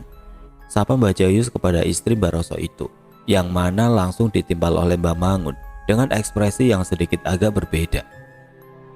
Waduh, kalau Mbak Ayu Gendis sudah mau muncul, sepertinya ada pesan dari Eyang Turi Manis," kata Mbak Mangun yang segera ditanggapi istri Baroso itu dengan senyuman. Turi Manis adalah tokoh leluhur yang menjadi cikal bakal desa Turi ini. Sedikit mengulas tentang Mbak Gendis. Beliau adalah salah satu juga dari beberapa sesepuh di desa Turi ini, yang mana faktanya jika dibandingkan dengan yang lain, ternyata Mbak Gendis merupakan orang yang paling kuat secara kebatinan. Bahkan mendiang Mbak Gajul juga pernah mengakui itu. Namun sejak penyakit matanya menjadi parah, beliau memang menjadi agak tertutup dan tidak banyak bicara, bahkan pada suaminya sendiri, Baroso. Kembali ke cerita. Tampak ini Baroso, Mbak Jayus, Mbak Mangun, begitu juga dengan Mbak Gendis, sudah duduk bersama di ruang tamu. Ketiga sesepuh itu kini terlihat mulai sering bertukar cerita tentang apa yang mereka alami semalam. Sementara Mbak Gendis tampak menyimak cerita demi cerita itu dengan seksama. "Kalau tali mayit itu memang berhasil menahan Kromoleo di ambang jalan Lembah Pati. Kenapa masih ada dedemit-dedemit yang mendatangi kita? Yang anehnya bisa kita usir lagi tanpa kesulitan yang berarti," kata Mbak Jayus di tengah ceritanya, yang mana kali ini akhirnya Mbak Gendis pun menanggapinya. Sebenarnya saya sudah tahu dari awal ketika kalian terkena sawan pati Suwargi Kang Gajul 2 minggu yang lalu. Hanya saja saya masih memilih diam karena merasa yakin panjenengan ini bisa mengatasinya. Dari awal teror setan pencolo atau hantu pengetuk yang berlanjut dengan Kromoleo. Harusnya kalian sudah tahu, satu-satunya kekuatan yang bisa membangunkan 2 penunggu lembah pati itu hanyalah bedong mayit. Ucap Mbak Gendis yang setelah itu kembali berkata, yang aneh itu ya tadi malam, para dedemit yang mendatangi kalian itu kan pasukan kalian sendiri. Wajar toh ya kalau memang langsung manut saat kalian suruh pergi, kata istri Mbak Roso yang kemudian menjelaskan bahwa para lelembut yang mendatangi Mbak Jayus, Mbak Mangun dan Mbak Roso itu tidak lain dan tidak bukan adalah sosok-sosok yang telah tunduk mengekor oleh masing-masing tali mayit milik mereka yang kemarin ditanam di 3 titik desa Turi ini. Walah, begitu toh Mbak Ayu, tanggap Mbak Mangun seraya menepuk jidatnya dan saat itu langsung ditimpal oleh Mbak Roso. Duh Bune, sampean kok ya tidak bilang dari kemarin, ucap Mbak Roso yang kembali dijawab oleh istrinya dengan jawaban yang sama sekali bukanlah alasan. Lah wong saya baru ingin ngomong sekarang kok, jawab Mbak Gendis yang hanya bisa membuat Mbak Roso menggelengkan kepalanya. Ya sudah Mbak Ayu, apa yang harus kita lakukan sekarang? Tanya Mbak Jayus yang tegas dijawab oleh istri Mbak Roso itu. Sekarang, hari ini juga sampean-sampean ke rumah Kang Gajul. Carilah bedong mayit itu sampai ketemu dan saya yakin 100% Darwis tidak menjalankan wasiat kakeknya. Ketemukan saja dulu, kalau sudah serahkan keputusan pada keluarganya. Ada 2 cara. Pertama tentunya menguburkan benda itu di pusara Kang Gajul. Atau yang kedua, jika keluarganya dalam hal ini adalah Darwis dan Dirja tidak berkenan menggali lagi makamnya, serahkan saja kepada mereka agar menyimpannya. Tapi jangan lupa, ajarkan juga mereka perihal cara untuk merawat barang itu, terang Mbak Gendis yang kemudian berkata kalau ia lebih menyarankan untuk cara yang pertama.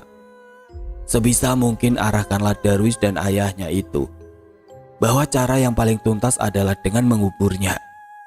Tapi kalau barang itu tidak bisa langsung ditemukan hari ini bagaimana? Tanya Mbak Mangun. Ya cari saja dulu sebisa mungkin, karena tali-tali mayit yang sudah ditanam itu tidak akan bisa bertahan lama membendung semua ini. Kita harus bertindak cepat sebelum lelembut-lelembut dari tulah bedong mayit itu menjadi kerasan di desa ini. Jelas Mbak Gendis yang tidak lama kemudian kembali mengatakan, ini belum 40 hari. Saya yakin entah dengan cara apa dan lewat siapa, Suwargi Kang Gajul pasti akan memberi petunjuk soalan di mana bedong mayit itu. Tukas Mbak Gendis di obrolan pagi yang sudah menuju tarik itu. Singkatnya siang itu juga Mbak Jayus, Mbak Roso serta Mbak Mangun pun segera menemui Darwis, yang mana sesampainya di sana tampak cucu Mbak Gajul yang sepertinya sedang berada dalam obrolan serius bersama satu temannya yaitu Pak Ijo. 2 pemuda itu tampak gugup setelah para sesepuh-sesepuh ini masuk begitu saja tanpa mengetuk pintu. Gimana Le? Sudah kamu cari kain rombeng itu? Tanya Mbak Jayus tanpa berbasa-basi yang ditanggapi oleh cucu Mbak Gajul itu dengan mempersilahkan para tetua itu duduk terlebih dahulu. Nyuwun sewu Mbah, monggo silakan duduk dulu, jawab Darwis dengan agak sedikit gelagapan. Temannya Pak Ijo juga terlihat gagap dan gugup. Pasalnya topik obrolan serius yang baru beberapa detik lalu mereka bicarakan adalah bahasan tentang ketiga sesepuh itu. Sudah Le, jujur saja, kami sudah tahu dan kami juga tidak akan marah kok, kata Mbak Mangun kini beberapa saat setelah semua orang duduk. Sendiko dawu Mbah, saya mengaku salah, kata Darwis menunduk. Kamu kan sudah kami weling toh Le. Salam Mbak Jayus yang kembali dijawab oleh Darwis dengan berbagai paparan dengan harapan agar dirinya tidak terlalu dipojokkan. Di dalam penjelasannya Darwis mengakui kalau awalnya ia memang tidak begitu percaya dengan soalan ini. Bahkan ia juga tidak yakin kalau mendiang kakeknya Mbak Gajul benar-benar serius dengan wasiat kain rombeng itu. Toh terakhir ia mendengar kakeknya berwasiat kepadanya adalah 3 tahun lalu, jauh sebelum kakeknya itu meninggal. Saya coba ingat-ingat terakhir Mbak Kakung membicarakan itu. Ya 3 tahun yang lalu sebelum beliau sakit. Dan sejak sakit Mbah Kakung tidak pernah lagi membicarakan itu sampai beliau meninggal, kata Darwis di tengah paparannya, yang mana setelah itu ia menjelaskan bahwa sekarang pandangannya telah berubah. Tapi dengan semua kejadian belakangan ini, yang bahkan sempat saya sendiri juga mengalaminya, saya benar-benar menyesal, Mbah. Sebenarnya rasa khawatir itu sudah terasa dari ketika Mbah Kakung akan dimakamkan. Tapi kebetulan, hari itu saya tidak berhasil bertemu panjenengan-panjenengan ini, yang menurut orang-orang yang saya tanyai waktu itu, panjenengan semua tengah sakit. Tambah Darwis yang langsung ditimpa oleh Mbak Roso dengan nada yang agak tinggi. Tapi setelah hari itu, kenapa kamu tidak menemui kami? Kata Mbak Roso sedikit menyentak. Saya takut, Mbah. Tapi sejak hari itu, sebenarnya saya selalu berkeinginan untuk bertemu panjenengan-panjenengan. Kalau tidak percaya, tanya saja sama Pak Ijo ini. Tapi ya itu, rasa bersalah saya ini semakin membuat saya menjadi takut. Ungkap Darwis yang didukung juga dengan pendapat Pak Ijo. Bener, Mbah. Hampir setiap hari Darwis membicarakan itu kepada saya. Bahkan tadi sebelum Simba-Simba masuk, kami juga tengah membicarakan hal itu. Berulang kali saya juga menyarankan Darwis untuk sowan. Tapi ya itu, dia itu cuma tidak mau saja kalau sampai disalah-salahkan oleh seluruh warga atas teror belakangan ini. Ucap Pak Ijo kini yang mencoba untuk membantu memberi pengertian kepada para sesepuh-sesepuh itu. Hingga Mbak Mangun pun kembali menyela. Sudah. Tidak ada gunanya memperdebatkan itu. Yang penting sekarang adalah bagaimana kita mencari benda itu sampai ketemu. Setelah Mbak Mangun yang tidak lama setelah itu berkata kepada cucu Mbak Gajul itu bahwa sampai detik ini hanya segelintir orang yang tahu sebab musabab dari semua ini. Untuk kamu, Le, tenang saja. Para warga belum tahu kecuali keluarga kami dan Pak Carik. Itu pun sudah saya kondisikan agar soalan bedong mayit milik si mbahmu ini tidak diketahui oleh warga desa Turi ini. Tugas Mbak Mangun yang tentu membuat Darwis menjadi agak sedikit lega. Kalau kamu mau, ikut bantu kami mencari, Jo. Dan ingat pesan kami, jangan sampai orang-orang desa tahu dulu perihal bedong mayit ini. Pesan Mbak Mangun mewakili para sesepuh, yang tentu diiyakan oleh Pak Ijo, walau dengan gagap meragu. Enggak, Mbah. Saya akan ikut. Jawab sahabat dari cucu mendiang Bagajul itu dengan agak terbata. Ya sudah, ayo sekarang kita cari benda itu. Ajak Mbak Roso seraya mencucuk matikan rokoknya ke dalam asbak di ruang tamu rumah mendiang Bagajul itu. Tanpa banyak kata lagi mereka semua pun mulai mencari bedong mayit yang wujudnya berupa kain kafan yang sudah rombeng itu. Menyusuri setiap sudut dan menggeledah ruangan demi ruangan di rumah Bagajul yang cukup luas ini. Berjam-jam mereka melakukan pencarian tapi nyatanya benda itu tidak juga ditemukan. Hingga adzan zuhur pun terdengar, seakan mengingatkan agar orang-orang itu untuk sejenak berhenti. Gimana ini? Kata Mbak Roso saat itu. Sudah, kita berhenti dulu. Teruskan nanti lagi. Tanggap Mbak Jayu sembari menatap Mbak Mangun yang dahinya mengernyit. Gimana, Kang? Apa yang kamu pikirkan? Kata Mbak Jayus kepada Mbak Mangun setelah itu. Le, kamu yakin kalau kita sudah menggeledah semua ruangan? Ucap Mbak Mangun yang kini justru bertanya kepada Darwis. Setahu saya sih sudah semua, Mbah, kecuali kandang belakang rumah. Apa mungkin Mbak Kakung menyimpannya di tempat itu? Kata Darwis. Oh, ya sudah, kita lanjutkan lagi nanti menjelang sore. Tanggap Mbak Mangun seraya berjalan kembali ke ruang tamu. Tidak lama setelah itu Mbak Jayus, Mbak Roso dan Mbak Mangun pun pamit pulang terlebih dahulu dan akan kembali lagi ke sini menjelang sore nanti sekira mungkin pukul 2 atau setengah 3. Ya sudah, kami pulang dulu. Nanti sekitar jam 2 atau setengah 3 kami kembali ke sini sambil menunggu kami. Kalian kalau mau nyari-nyari dulu sendiri juga tidak apa-apa. Barangkali tadi ada yang terlewat, kata Mbak Mangun mewakili.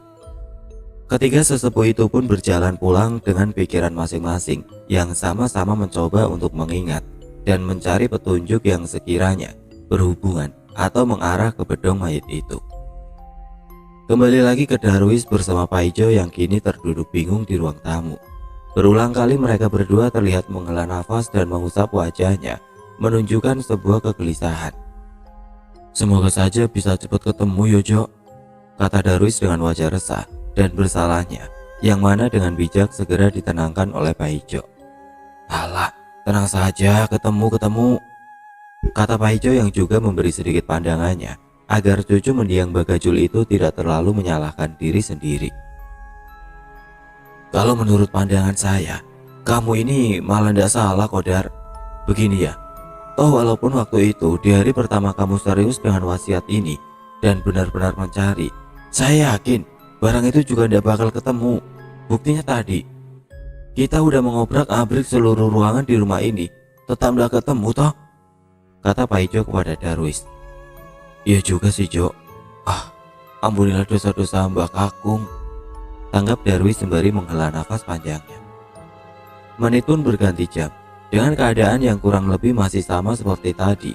Hanya saja bedanya, sekarang terlihat ada 2 cangkir kopi panas di atas meja yang menemani obrolan mereka sembari menunggu kedatangan sesepuh beberapa saat lagi. Kok belum pada datang ya? Kata Darwis di sela sesapan kopi dan hisapan rokoknya. Paling sebentar lagi, sudah jam 2 juga, tanggap Pak Ijo seraya melihat jam dinding di ruangan itu. Namun ditunggu punya tunggu, ketiga sesepuh itu pun tidak juga datang. Sehingga entah mengapa tiba-tiba saja rasa kantuk yang teramat sangat perlahan menyerang mereka. Malah jadi ngantuk begini, kata Darwis sembari menyandarkan tengkuknya di bantalan kursi. Ayah, sepertinya hawanya memang bikin ngantuk, tanggap Pak Ijo yang juga merasakan hal yang sama. Hingga entah bagaimana dan kapan pastinya, yang jelas setelah itu tidak ada lagi perbincangan di antara mereka, karena cucu mendiang Bagajul dan temannya itu terlelap tanpa terasa. Sementara waktu terus berjalan, yang mana sampai langit sudah menggelap, ketiga sesepuh itu pun ternyata tidak datang lagi sesuai apa yang telah dikatakan. Anehnya Pak Ijo dan Darwis masih terlelap dengan nyenyaknya. Bahkan saking nyenyaknya, mereka berdua sampai tidak menyadari kalau maghrib dan isya sudah terlewati. Entah apa yang membuat mereka tidur selelap itu. Yang jelas Darwis dan Pak Ijo kembali terbangun sekitar pukul 11 malam. Karena sama-sama terkejut oleh suara dentuman seperti mirip suara gong yang dipukul sangat keras. Suara itu terdengar 3 kali hingga tersentak membangunkan mereka. Darwis dan Pak Ijo terkejut bukan main. Ditambah lagi dengan suasana gelap temaram rumah itu, yang mana karena tertidurnya mereka berdua yang telah melewati sore tadi, membuatnya tidak sempat menyiapkan penerangan. Darwis segera bangkit, meraba untuk mencari saklar, dan lampu pun akhirnya menyala. Jam berapa ini? Kata Pak Ijo dengan wajah linglung, hingga mereka berdua pun bertambah heran ketika sama-sama menatap ke arah jam yang ternyata sudah menunjukkan pukul 11 malam. Bah, teriak Darwis yang sepertinya menyangka kalau Mbak Jayus, Mbak Mangun dan Mbak Roso telah berada di situ. Bah, sentak Pak Ijo yang juga turut bangkit. Berulang kali mereka memanggil-manggil, tapi tetap saja tidak ada sahutan, karena nyatanya para sesepuh itu memang tidak berada di rumah itu. Wah, sepertinya kita ketiduran terlalu lama, kata Pak Ijo yang diiyakan juga oleh Darwis. Mungkin para sesepuh sudah kesini, tapi kita masih tidur, ucap Darwis dengan wajahnya yang terlihat masih menata nalarnya yang berantakan. Bisa jadi, tapi kenapa tidak bangunin kita ya? Kata Pak Ijo yang segera membuat Darwis mengernyitkan dahinya. Apa sekarang kita sowan saja ke sana? Ucap Darwis yang berinisiatif untuk mendatangi rumah salah satu dari ketiga sesepuh itu. Apa tidak terlalu malam, Dar? Terus bagaimana ini? Tanggap Darwis yang semakin bingung. Namun sepertinya itu adalah satu-satunya pilihan terbaik daripada mereka harus terus berada di rumah itu. Hingga Darwis dan Pak Ijo pun bersepakat untuk menyambangi rumah sesepuh yang paling dekat, yaitu Mbak Mangun. Kita ke Mbak Mangun saja, kata Darwis yang setelah itu mengajak Pak Ijo untuk menyalakan lampu-lampu minyak di rumah mendiang kakeknya ini terlebih dahulu. Karena memang hanya ada 2-3 ruangan saja di rumah ini yang teraliri oleh lampu berdaya listrik. Ayo, daripada semakin malam, ajak Darwis. Kedua sahabat itu pun masuk ke dalam dan mulai menyalakan satu persatu penerangan di beberapa ruangan beriringan dengan rasa takut yang tampak sekali berusaha untuk mereka tutup-tutupi. Tadi itu suara apa ya? kata Pak Ijo yang mengendap di belakang Darwis. Udah tahu juga, Jo. Sudahlah, jangan bahas itu dulu, jawab Darwis dengan agak berbisik. Hingga sampailah mereka di dapur, dan setelah menyalakan penerangan di sana, Darwis dan Pak Ijo pun kembali lagi ke depan dengan membawa lampu petromak sebagai penerangan mereka untuk perjalanan menuju rumah Mbak Mangun. Mereka berhenti di ruang tengah untuk menyalakan lampu petromak itu terlebih dahulu, dan disinilah sesuatu pun terjadi. Sesuatu yang ternyata akan menahan mereka untuk keluar dari rumah ini. Petromak itu sudah mulai menyala. Terlihat Darwis yang kini memompa lampu itu, hingga di antara suara desis yang keluar dari cahaya api lampu petromak beriringan dengan gesekan logam pemompa yang naik turun. Tiba-tiba, dah! Terdengar suara letupan dari arah depan, yang mana itu adalah suara dari pecahnya bohlam lampu di ruang tamu. Darwis dan Pak Ijo spontan menoleh ke arah suara itu, dan sempat sejenak saling menatap, menyadari ketidakberesan itu. Mereka pun bangkit agar bisa segera keluar dari rumah ini. Ayo, keluar sekarang saja, ucap Darwis yang mengangkat lampu petromaknya. Dengan jantungnya yang sudah berdebar kencang, Darwis pun berjalan dengan agak terburu sembari mengangkat lampunya yang ia arahkan ke depan dengan tangannya. Pak Ijo merunduk di belakang Darwis dengan kadar tenaganya yang sepertinya sama. Hingga tiba-tiba langkah mereka pun terhenti di antara gawang pintu. Dengan separuh tubuh Darwis dan lampu petromaknya yang sudah menerangi ruang tamu, Darwis terpaku mematung oleh sesuatu di depannya. Sadar temannya tiba-tiba berhenti, Pak Ijo yang merunduk di belakang akhirnya menegakkan kepalanya. Hingga ia pun seketika menjadi sama terpakunya oleh karena pemandangan sosok ganjil yang tengah terterangi cukup jelas oleh cahaya petromak itu. Sepertinya sosok itu adalah sosok yang pernah Darwis lihat tempo lalu di belakang rumah, beberapa jam setelah pemakaman kakeknya, yang mana sosok itu berwujud kain lusuh yang membentuk tubuh. Di ruang tamu sosok itu tampak duduk di salah satu kursi yang menghadap ke arah mereka. Kepalanya menggeleng miring ke kanan dan ke kiri, seolah-olah tengah mencermati keduanya, Darwis dan Pak Ijo yang masih terpaku. Apa yang mereka rasakan saat itu sungguh tidak bisa digambarkan. Hingga Pak Ijo yang berada di belakang Darwis pun akhirnya mulai bisa bergerak meraih bahu cucu Mbak Gajul itu. Dar, ucap Pak Ijo dengan lidahnya yang terasa keluh, sembari meraih pundak Darwis dari belakang. Darwis tidak bergeming, meski Pak Ijo saat itu tengah meremas pundaknya sekuat mungkin. Dar, ayo Dar, kata Pak Ijo lagi sambil menunduk dengan suaranya yang mulai bergetar menahan tangis. Namun tetap saja cucu mendiang Mbak Gajul itu tidak merespon. Yang anehnya lagi, terpakunya si Darwis itu dalam posisi yang sama sekali tidak berubah, yaitu masih dengan satu tangannya yang mengangkat lampu petromaknya meninggi ke arah depan. Ayo Dar, kata Pak Ijo sekali lagi. Bersamaan dengan penerangan yang dibawa Darwis perlahan mulai meredup dan akhirnya mati. Ingin rasanya Pak Ijo berlari, tapi ia tidak tega untuk meninggalkan sahabatnya itu. Hingga tiba-tiba Darwis pun terkulai jatuh, meninggalkan Pak Ijo yang kini pasrah berdiri. Dalam ketidakkaruan itu, Pak Ijo memilih untuk tetap menunduk, dan meski dengan terbata, teman Darwis itu kini mulai mengucap doa. Tapi itu tidak akan mudah, karena seiring doa yang Pak Ijo ucap dengan seadanya itu, mulailah terdengar tawa kekeh yang diiringi oleh suara langkah kaki yang diseret. Srek. Suara itu terdengar jelas dan seperti semakin mendekat ke arah Pak Ijo. Mendengar itu, Pak Ijo mencoba untuk mengucapkan doanya lebih keras, walau itu malah membuat doa yang ia ucapkan semakin terdengar gagap dan terbata. Hingga setelah beberapa saat bertahan, sampailah Pak Ijo pada ambang batas ketakutannya, yaitu ketika tiba-tiba ia menyadari suara yang cukup dekat dengan telinganya, yang mana suara itu terdengar jelas tengah menirukan penggalan ayat yang ia ucapkan dengan nada yang tampak mengejek.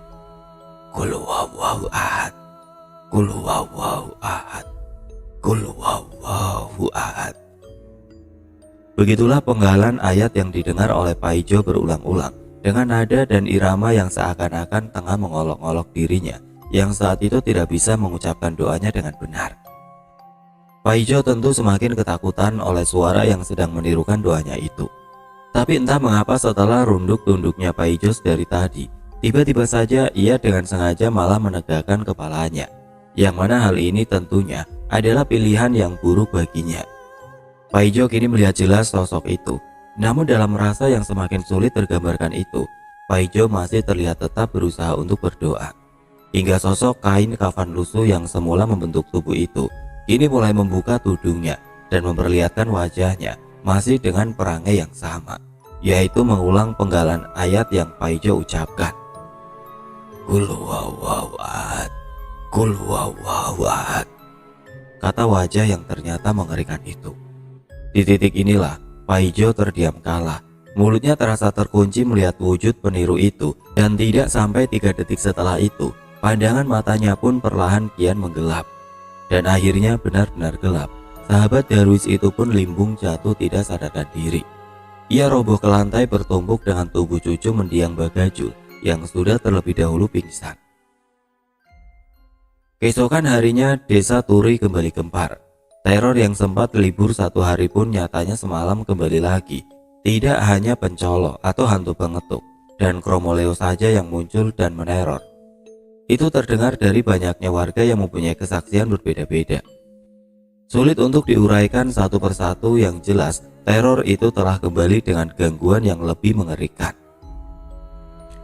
Kini kita menuju kepada ketiga sesepuh yang pagi itu tampak baru saja keluar dari rumah salah satu dari mereka, yaitu Mbak Roso.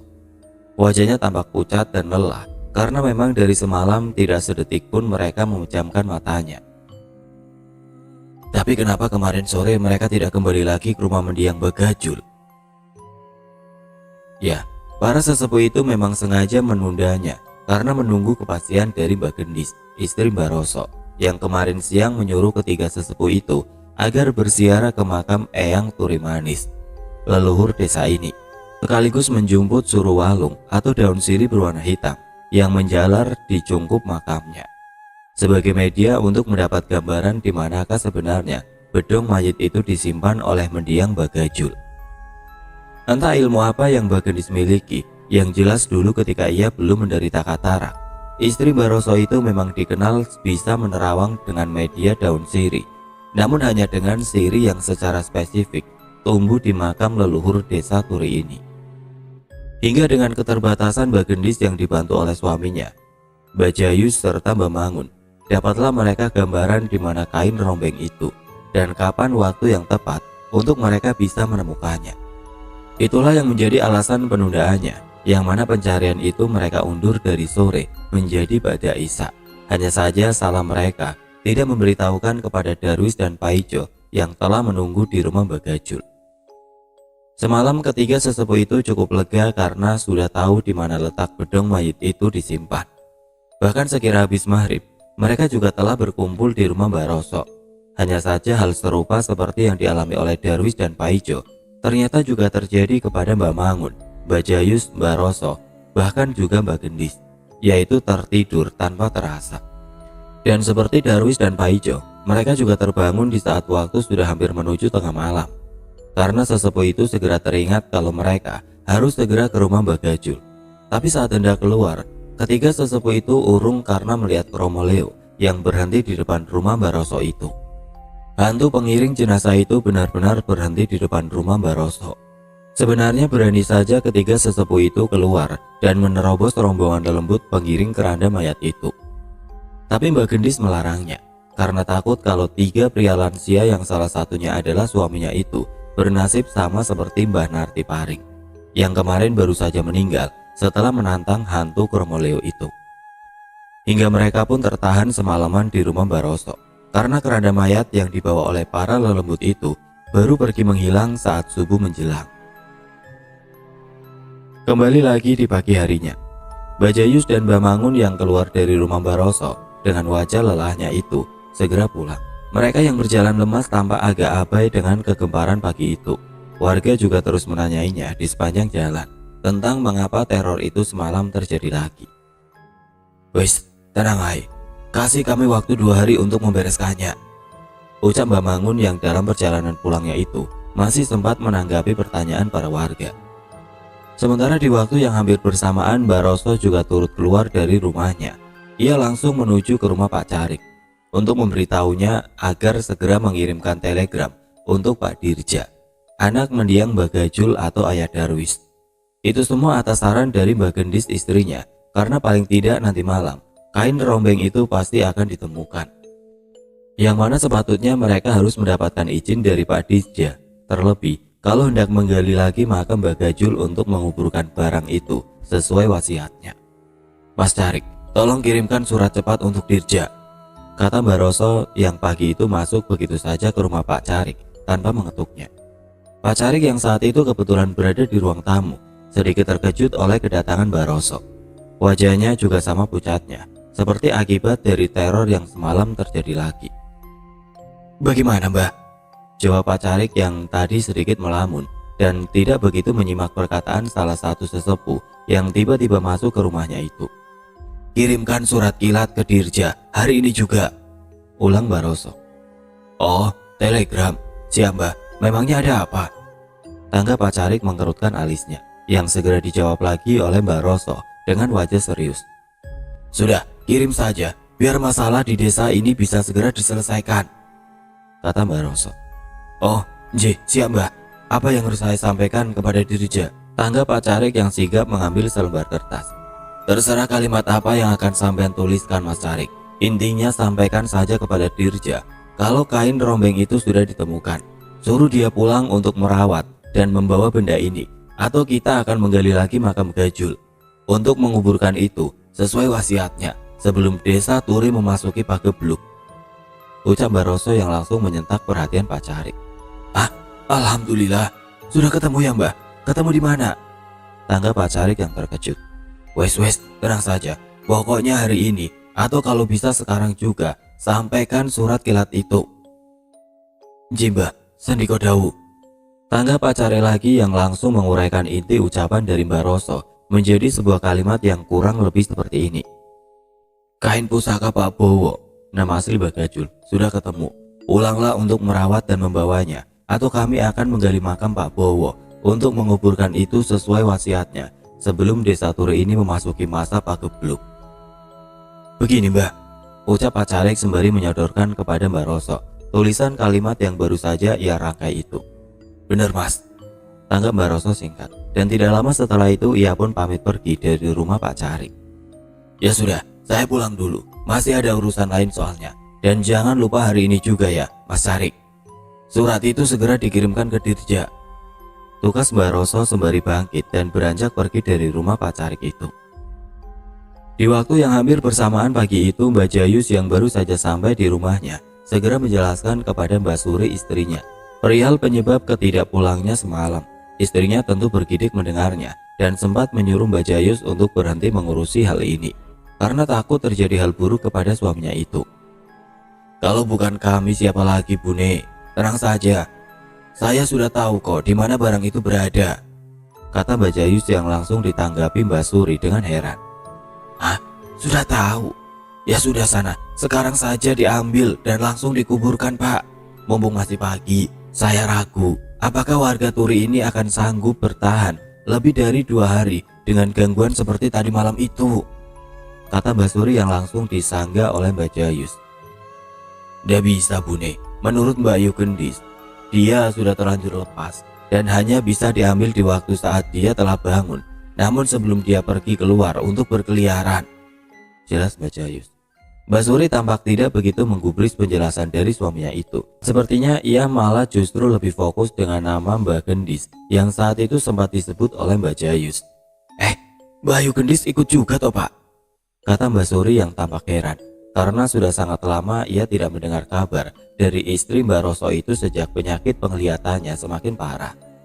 Hingga perbincangan itu pun terhenti oleh Mbak Jayus yang berkata kepada istrinya bahwa ia harus segera pergi ke rumah mendiang Mbak Gajul untuk menjemput Darwis. Sebentar Bune, saya harus segera menjemput Darwis. Sebentar kok. Saya hanya ke sana dan membawa Darwis untuk diamankan ke rumah Kang Roso, ucap Mbak Jayus seraya bangkit dan menyudahi pembicaraan pagi itu. Singkat waktu Mbak Jayus yang sudah sampai di rumah mendiang Mbak Gajul pun agak dibuat terkejut oleh pemandangan tidak biasa dari Darwis dan Pak Ijo yang saat itu tampak tergeletak di lantai bersama lampu petromak yang sudah terserak pecah. Wah, pasti ada sesuatu yang terjadi semalam, batin Mbak Jayus melihat itu. Ia tentu buru-buru menghampiri dan langsung membangunkannya, yang mana tidak lama kemudian Darwis dan Paijo segera terbangun dengan mimik lemas dan bingung. "Ayo, kalian segera bebersih, dan habis ini saya antar ke rumah Eyang Roso," kata Mbak Jayu seraya menapik mereka berdua untuk duduk terlebih dahulu di ruang tamu. Darwis dan sahabatnya yang kini telah duduk itu pun masih terlihat linglung. Matanya saling menatap dan sesekali melihat ke arah Mbak Jayus yang tengah memperhatikannya dengan dahi yang mengernyit. "Kalian ini kenapa? Sudah, segeralah bebersih dan ikut saya ke rumah Eyang Roso," ucap Mbak Jayus yang seketika memecah kelinglungan mereka berdua. "Nggih Mbah," jawab Paijo dengan gagap, yang tidak lama kemudian juga diiyakan oleh Darwis. Waktu itu hari masih pagi, mungkin sekira pukul 7 pagi. Darwis dan Paijo pun segera bebersih bersiap, dan kira-kira 30 menit setelah itu, tanpa bertanya apa alasannya, mereka pun ikut perintah Mbak Jayus untuk ke rumah Mbak Roso. Masih tampak wajah-wajah ketakutan yang membekas di paras tujuh Mbak Gajul dan sahabatnya itu, yang seperti membuatnya tidak mampu mempertanyakan alasan Mbak Jayus membawa mereka ke rumah Mbak Roso pagi itu. Hingga sesampainya di sana, Darwis dan Paijo pun segera disambut oleh Mbak Roso sendiri, Mbak Gendis, dan Mbak Mangun. "Gimana? Sudah minta Pak Carik untuk mengirim surat?" tanya Mbak Jayus kepada Mbak Roso, begitu setelah ia masuk bersama dua orang pemuda itu. "Sudah, pokoknya beres. Ini Kang Mangun juga sudah ngambil air di sumur kidul," sebuah mata air yang berada di dekat makam leluhur desa ini, jawab Mbak Roso bersamaan dengan Darwis dan Paijo yang kini duduk. Hingga dirasa semua telah lengkap, giliran Mbak Gendis yang kini memberi penjelasan yang utamanya ditunjukkan kepada Darwis. Pada intinya Mbak Gendis menjelaskan bahwa keberadaan pasti dari bedong mayit itu sudah ditemukan, dan kini beliau memberi pertanyaan kepada Darwis, apakah dia ikhlas kalau makam kakeknya dibongkar. "Gimana, kamu ikhlas ndak, Le?" tanya Mbak Gendis saat itu. Darwis yang semula pikirannya masih dibayangi oleh sosok yang ia lihat semalam, seketika terbelalak sadar setelah mendengar bahwa para sesepuh sudah tahu keberadaan kain wasiat itu. Namun ia tampak gamang dan tidak bisa menjawab ketika ditanya soal kerelaannya jika makam kakeknya itu dibongkar lagi. Mbak Gendis sepertinya tahu apa penyebab dibalik kegamangan cucu Mbak Gajul itu. Hingga ia pun kembali berkata, "Sudah, soal bapakmu kita pikir saja nanti kalau dia sudah di sini. Sekarang saya minta pendapatmu dulu saja, Le," kata Mbak Gendis lagi, yang akhirnya dijawab juga oleh Darwis. "Nji Mbah, kalau saya sih manut dan setuju. Pokoknya saya nderek keputusan para sesepuh agar desa Turi ini kembali tenteram," jawabnya yang kembali ditanya oleh Mbak Gendis. "Terus kira-kira ya, kalau menurut kamu, bapakmu setuju ndak dengan itu?" kata istri Mbak Roso itu, yang segera membuat Darwis resah mengusap wajahnya seraya berkata, "Nah, itu Mbah yang saya takutkan. Dari awal bapak itu sudah anti dan tidak percaya dengan hal semacam ini. Bahkan sebenarnya bapak juga turut diwasiati oleh Mbah Kakung. Dan kemarin sebelum dia kembali ke kota, bapak juga sempat bicara kepada saya kalau dia tidak akan setuju dengan turut dikuburkannya benda itu," terang Darwis yang setelah itu menegaskan kalau lebih baik lakukan saja penguburan itu tanpa menunggu persetujuan ayahnya. Akan tetapi Mbak Gendis tidak mau jika ini dilakukan tanpa adanya kerelaan semua pihak. Hingga ia pun menawarkan pihak kedua, yaitu meneruskannya, yang artinya jika tidak mau dengan pilihan pertama, keluarga Mbak Gajul bisa melanjutkan alias merawat bedong mayit itu. Dengan itu masalah desa ini bisa selesai. Dia, bedong mayit itu, akan mendapatkan tuan baru dan tidak akan mengganggu lagi. Walau sesungguhnya ini bukan pilihan yang saya sarankan, terang Mbak Gendis yang tentu langsung ditampik oleh Darwis. Mboten Mbah, saya tidak mau menjadi tuan dari benda yang mengerikan itu," tolak Darwis, yang kali ini disela oleh Mbak Mangun. "Memang bukan kamu, Le, yang akan menjadi tuannya, karena kain rombeng itu hanya mau kepada keturunan tertua, yang dalam hal ini adalah bapakmu," salah Mbak Mangun, yang langsung ditanggapi oleh Darwis dengan gelengan kepala. "Mungkin Mbah, dah mungkin bapak mau dengan hal itu." Mereka semua tahu jika musyawarah ini tidak akan ada ujungnya tanpa kehadiran Pak Dirja, ayah Darwis, hingga Mbak Roso pun berkata, "Sudah, kita tunggu saja Dirja sampai besok.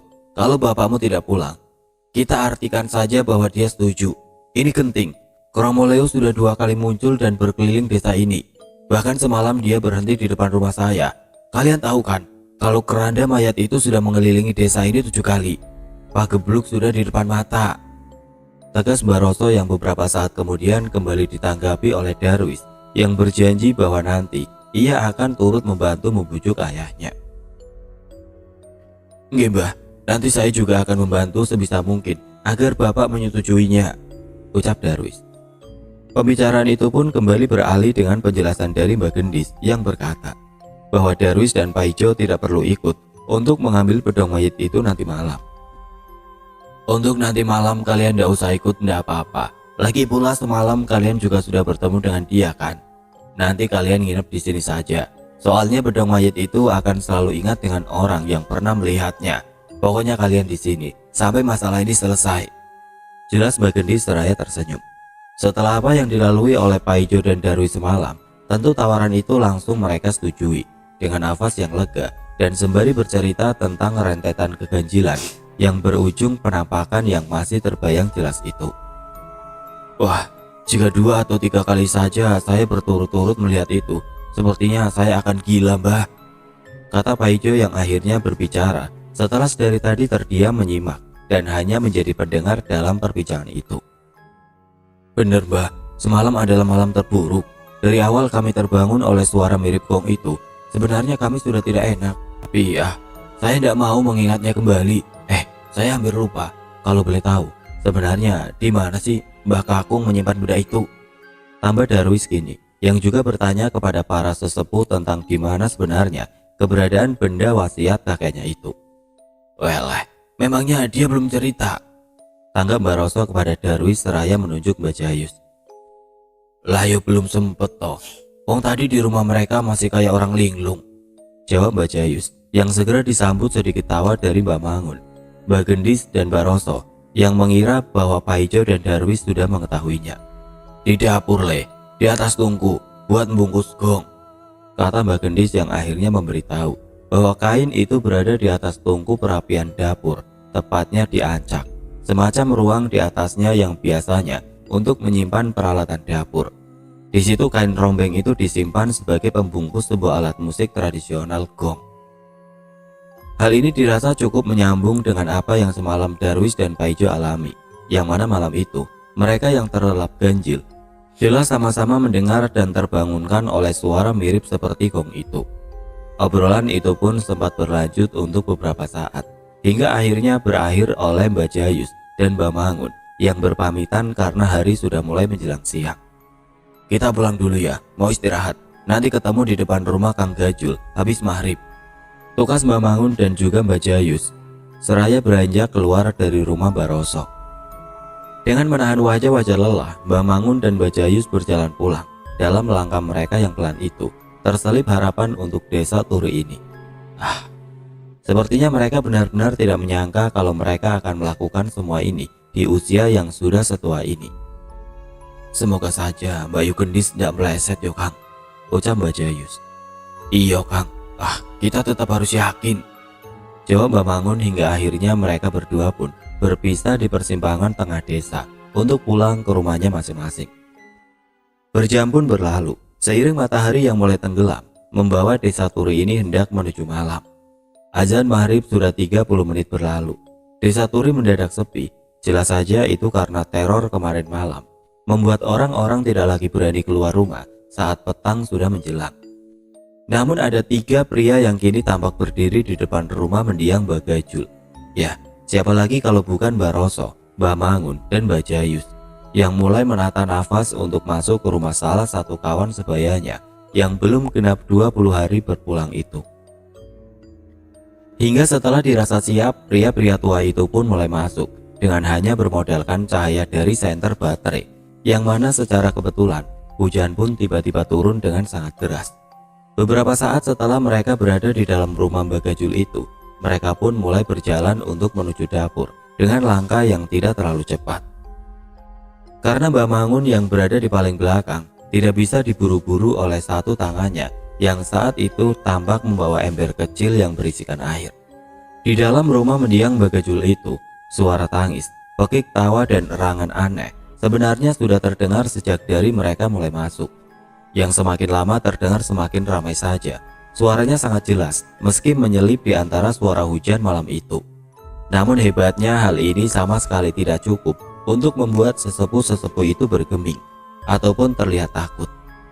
Pelan-pelan saja, bisik suami Mbak Sulami itu sembari mengusap wajahnya yang mulai berpeluh dengan siku dalamnya. Singkatnya mereka pun telah berada di ruang makan, yang mana berarti setelah ini mereka akan sampai di tempat yang dituju. Namun di ruangan ini gangguan pun terjadi, gangguan tidak biasa yang tanpa disangka seketika meruntuhkan kokohnya keberanian mereka semua. Gangguan itu berupa wujud penampakan pocong, yang mana menghadangi di ambang jalan menuju dapur.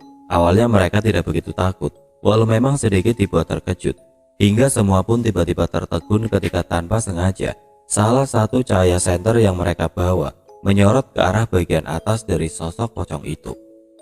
Penampakan itu jelas tidak biasa, berupa pocong dengan tali atas yang terlepas sampai memperlihatkan kepalanya. Namun bukan itu masalah sebenarnya, yang mana runtuhnya nyali para sesepuh itu adalah karena wajah dari pocong itu adalah paras mendiang kawan mereka, yaitu Mbak Gajul.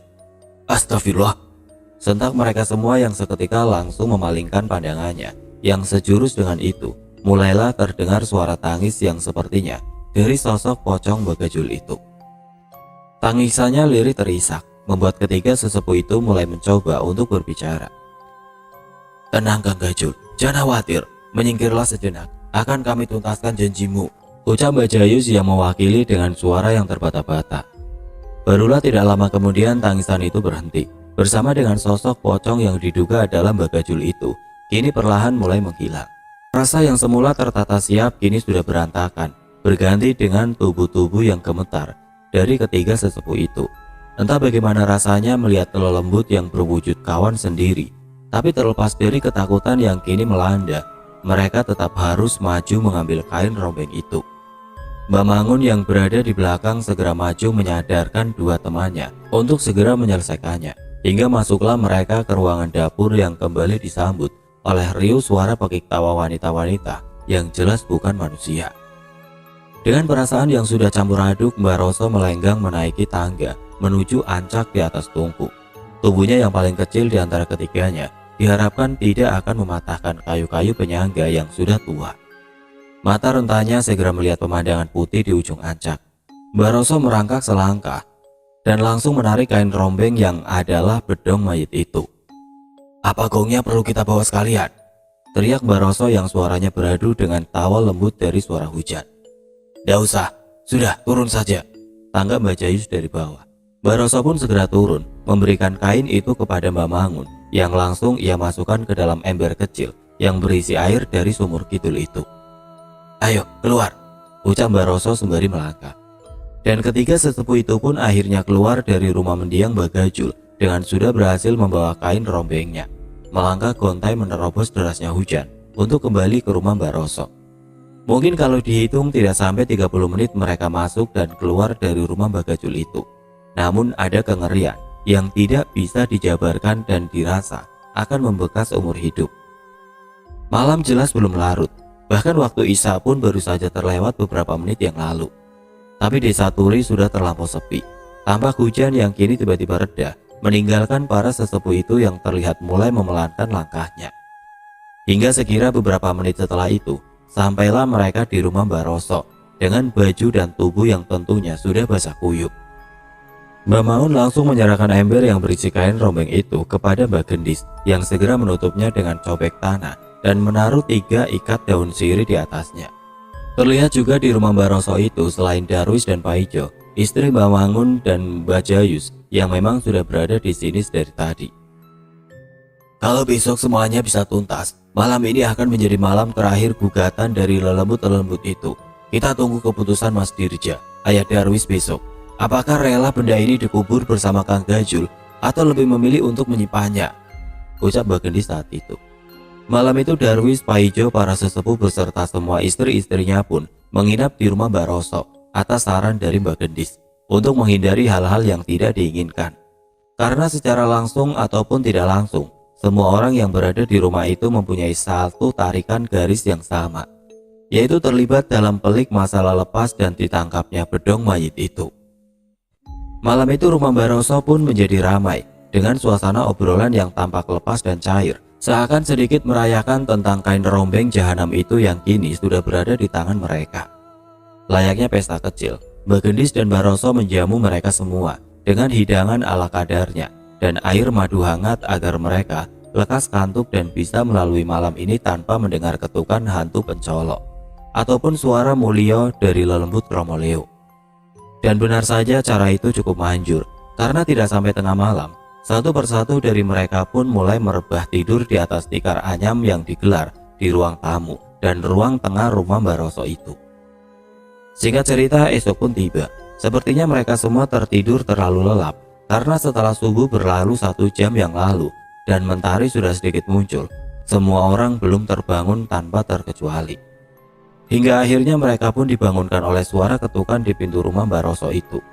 Pastinya bukan hantu pencolok, yang mana ternyata ketukan itu adalah dari Pak Carik yang datang menyampaikan kabar bahwa Pak Dirja sudah sampai dan kini sedang menunggu di rumahnya. "Anu, Kang Dirja sudah sampai, Mbah, dan sekarang berada di rumah saya," terang Pak Carik beberapa menit setelah dibukakan pintu oleh Baroso. "Oh ya, suruh saja ke sini. Bagaimana tanggapan dia?" jawab Baroso bersamaan dengan bangunnya Mbak Jayus, Mbak Mangun, Darwis, Paijo yang merebah di lantai ruang tamu itu. "Boten, Mbah, dia tidak mau," jawab Pak Carik yang sekarang turut duduk di atas tikar bersama mereka. "Oh, panjenengan sudah menceritakan apa yang terjadi?" kata Baroso lagi. "Sudah, Mbah, tapi tahu sendiri kan, Kang Dirja terlalu modern untuk bisa menangkap cerita saya," jawab Pak Carik bersamaan dengan Mbak Gendis yang keluar dari ruang tengah. "Mas Carik ya? Gimana Mas Carik? Mas Dirja sudah datang," kata Mbak Gendis yang berjalan keluar itu, yang mana sempat membuat Pak Carik sedikit terkejut karena jarang melihat Mbak Gendis bicara sejak beliau sakit. "Nggih, Mbah, sudah Kang Dirja sudah tiba," jawab Pak Carik dengan sedikit terbata, yang mana kembali ditanggapi oleh istri Baroso itu agar Pak Dirja dan para sesepuh bisa segera bertemu. "Sudah Mas Tarik, suruh saja Mas Dirja bertemu dengan kami," tugas Mbak Gendis di pagi yang aneh itu. Menit pun berganti jam, hingga tibalah kini Pak Dirja yang tengah bermusyawarah di rumah Baroso. Seperti yang sudah semua orang duga, perundingan pun berlangsung alot. Pak Dirja kekeh tidak mau jika makam ayahnya kembali dibongkar. Bujukan dari Darwis anaknya juga tidak mempan. Bahkan paparan-paparan dari para sesepuh tentang beban berat yang harus ditanggung kelak tetap tidak mampu membuat satu-satunya anak mendiang Bagajul itu goyah dan malah justru bersumpah dengan mengancam akan memperkarakan siapapun orang yang hendak membongkar makam ayahnya. "Permisi, Mbah, kalau tetap memaksakan, saya tidak akan segan-segan untuk memperkarakannya," ancam Pak Dirja dalam musyawarah itu. Sebenarnya tidak ada masalah jika Pak Dirja lebih memilih untuk membawa bedong mayit itu daripada menguburnya sesuai wasiat. Toh itu juga sama-sama menghentikan teror di desa Turi ini. Sebagai kawan Bagajul, para sesepuh tentu tidak ingin melihat anak dari kawannya itu memilih pilihan yang salah. Tapi Pak Dirja memang batu, hingga akhirnya mau tidak mau pilihan kedua itu pun disepakati. "Ya sudah Mas Dirja, kalau memang itu mau panjenengan tidak apa-apa. Bawa saja barang ini catatan yang harus sampean lakukan untuk merawatnya. Terlepas panjenengan percaya atau tidak percaya, yang penting kami sudah mengarahkan. Oh ya, kami minta satu hal, jangan pernah membawa barang ini kembali masuk ke desa Turi lagi. Silakan bawa ke kota, tinggal barang itu di rumah sampean yang di sana. Rawatlah sebagai tanggung jawab atas apa yang sudah panjenengan pilih," ucap Mbak Gendis di detik-detik akhir dari musyawarah itu. "Nggih, Mbah, saya sebagai orang yang lebih muda, mohon maaf yang sebesar-besarnya di mata saya. Panjenengan semua para sesepuh, tetaplah orang yang selalu saya hormati. Saya akan membawa barang ini dan akan meleburkannya dengan cara yang saya yakini. Karena terus terang saja, saya juga tidak mau memelihara barang-barang seperti ini. Sekali lagi, saya mohon maaf, saya pamit dan titip anak saya Darwis sampai nanti saya kembali di acara 40 hariannya Bapak," pungkas Pak Dirja dalam musyawarah itu. Dan ditutup oleh para sesepuh yang mendoakan semoga Pak Dirja menemukan orang yang mempunyai kemampuan untuk melebur atau melarung bedong mayit itu. Pada akhirnya kain rombeng jahanam itu pun tidak dikuburkan bersama Mbah Gajul sesuai apa yang telah diwasiatkan. Hanya karena ketidakrelaan Pak Dirja yang tidak mau kalau makam ayahnya kembali dibongkar. Seiring hari berlalu, teror desa Turi memang akhirnya terhenti dan berangsur-angsur kembali tenang, tentram seperti sedia kala. Akankah kelak timbul petaka baru jika melihat Pak Dirja yang jelas-jelas membawa kain rombeng itu tanpa ada kemauan untuk merawatnya? Apakah dia berhasil menemukan orang yang mampu memusnahkannya? Semoga saja, meski dengan caranya masing-masing, semua orang tentu mempunyai tujuan yang baik. Wasiat yang tidak tertuntaskan ini ternyata membuat berakhirnya Gugatula Lembut di desa Turi hanya menjadi awal untuk menuju babak baru kisah tulah kain rombeng jahanam itu. Oke teman-teman, sekian untuk kisah kali ini. Terima kasih buat teman-teman yang sudah dengan sabar mendengarkan cerita ini. Semoga ada hal baik yang bisa kita petik. Semoga berkenan. Matur sembah suwun. Sampai jumpa di bagian selanjutnya. Dan buat teman-teman yang baru bergabung, jangan lupa untuk like, komen, share, serta subscribe channel ini. Dan nantikan kisah-kisah horor berikutnya tetap di channel Radio Horor. Wassalamualaikum warahmatullahi wabarakatuh.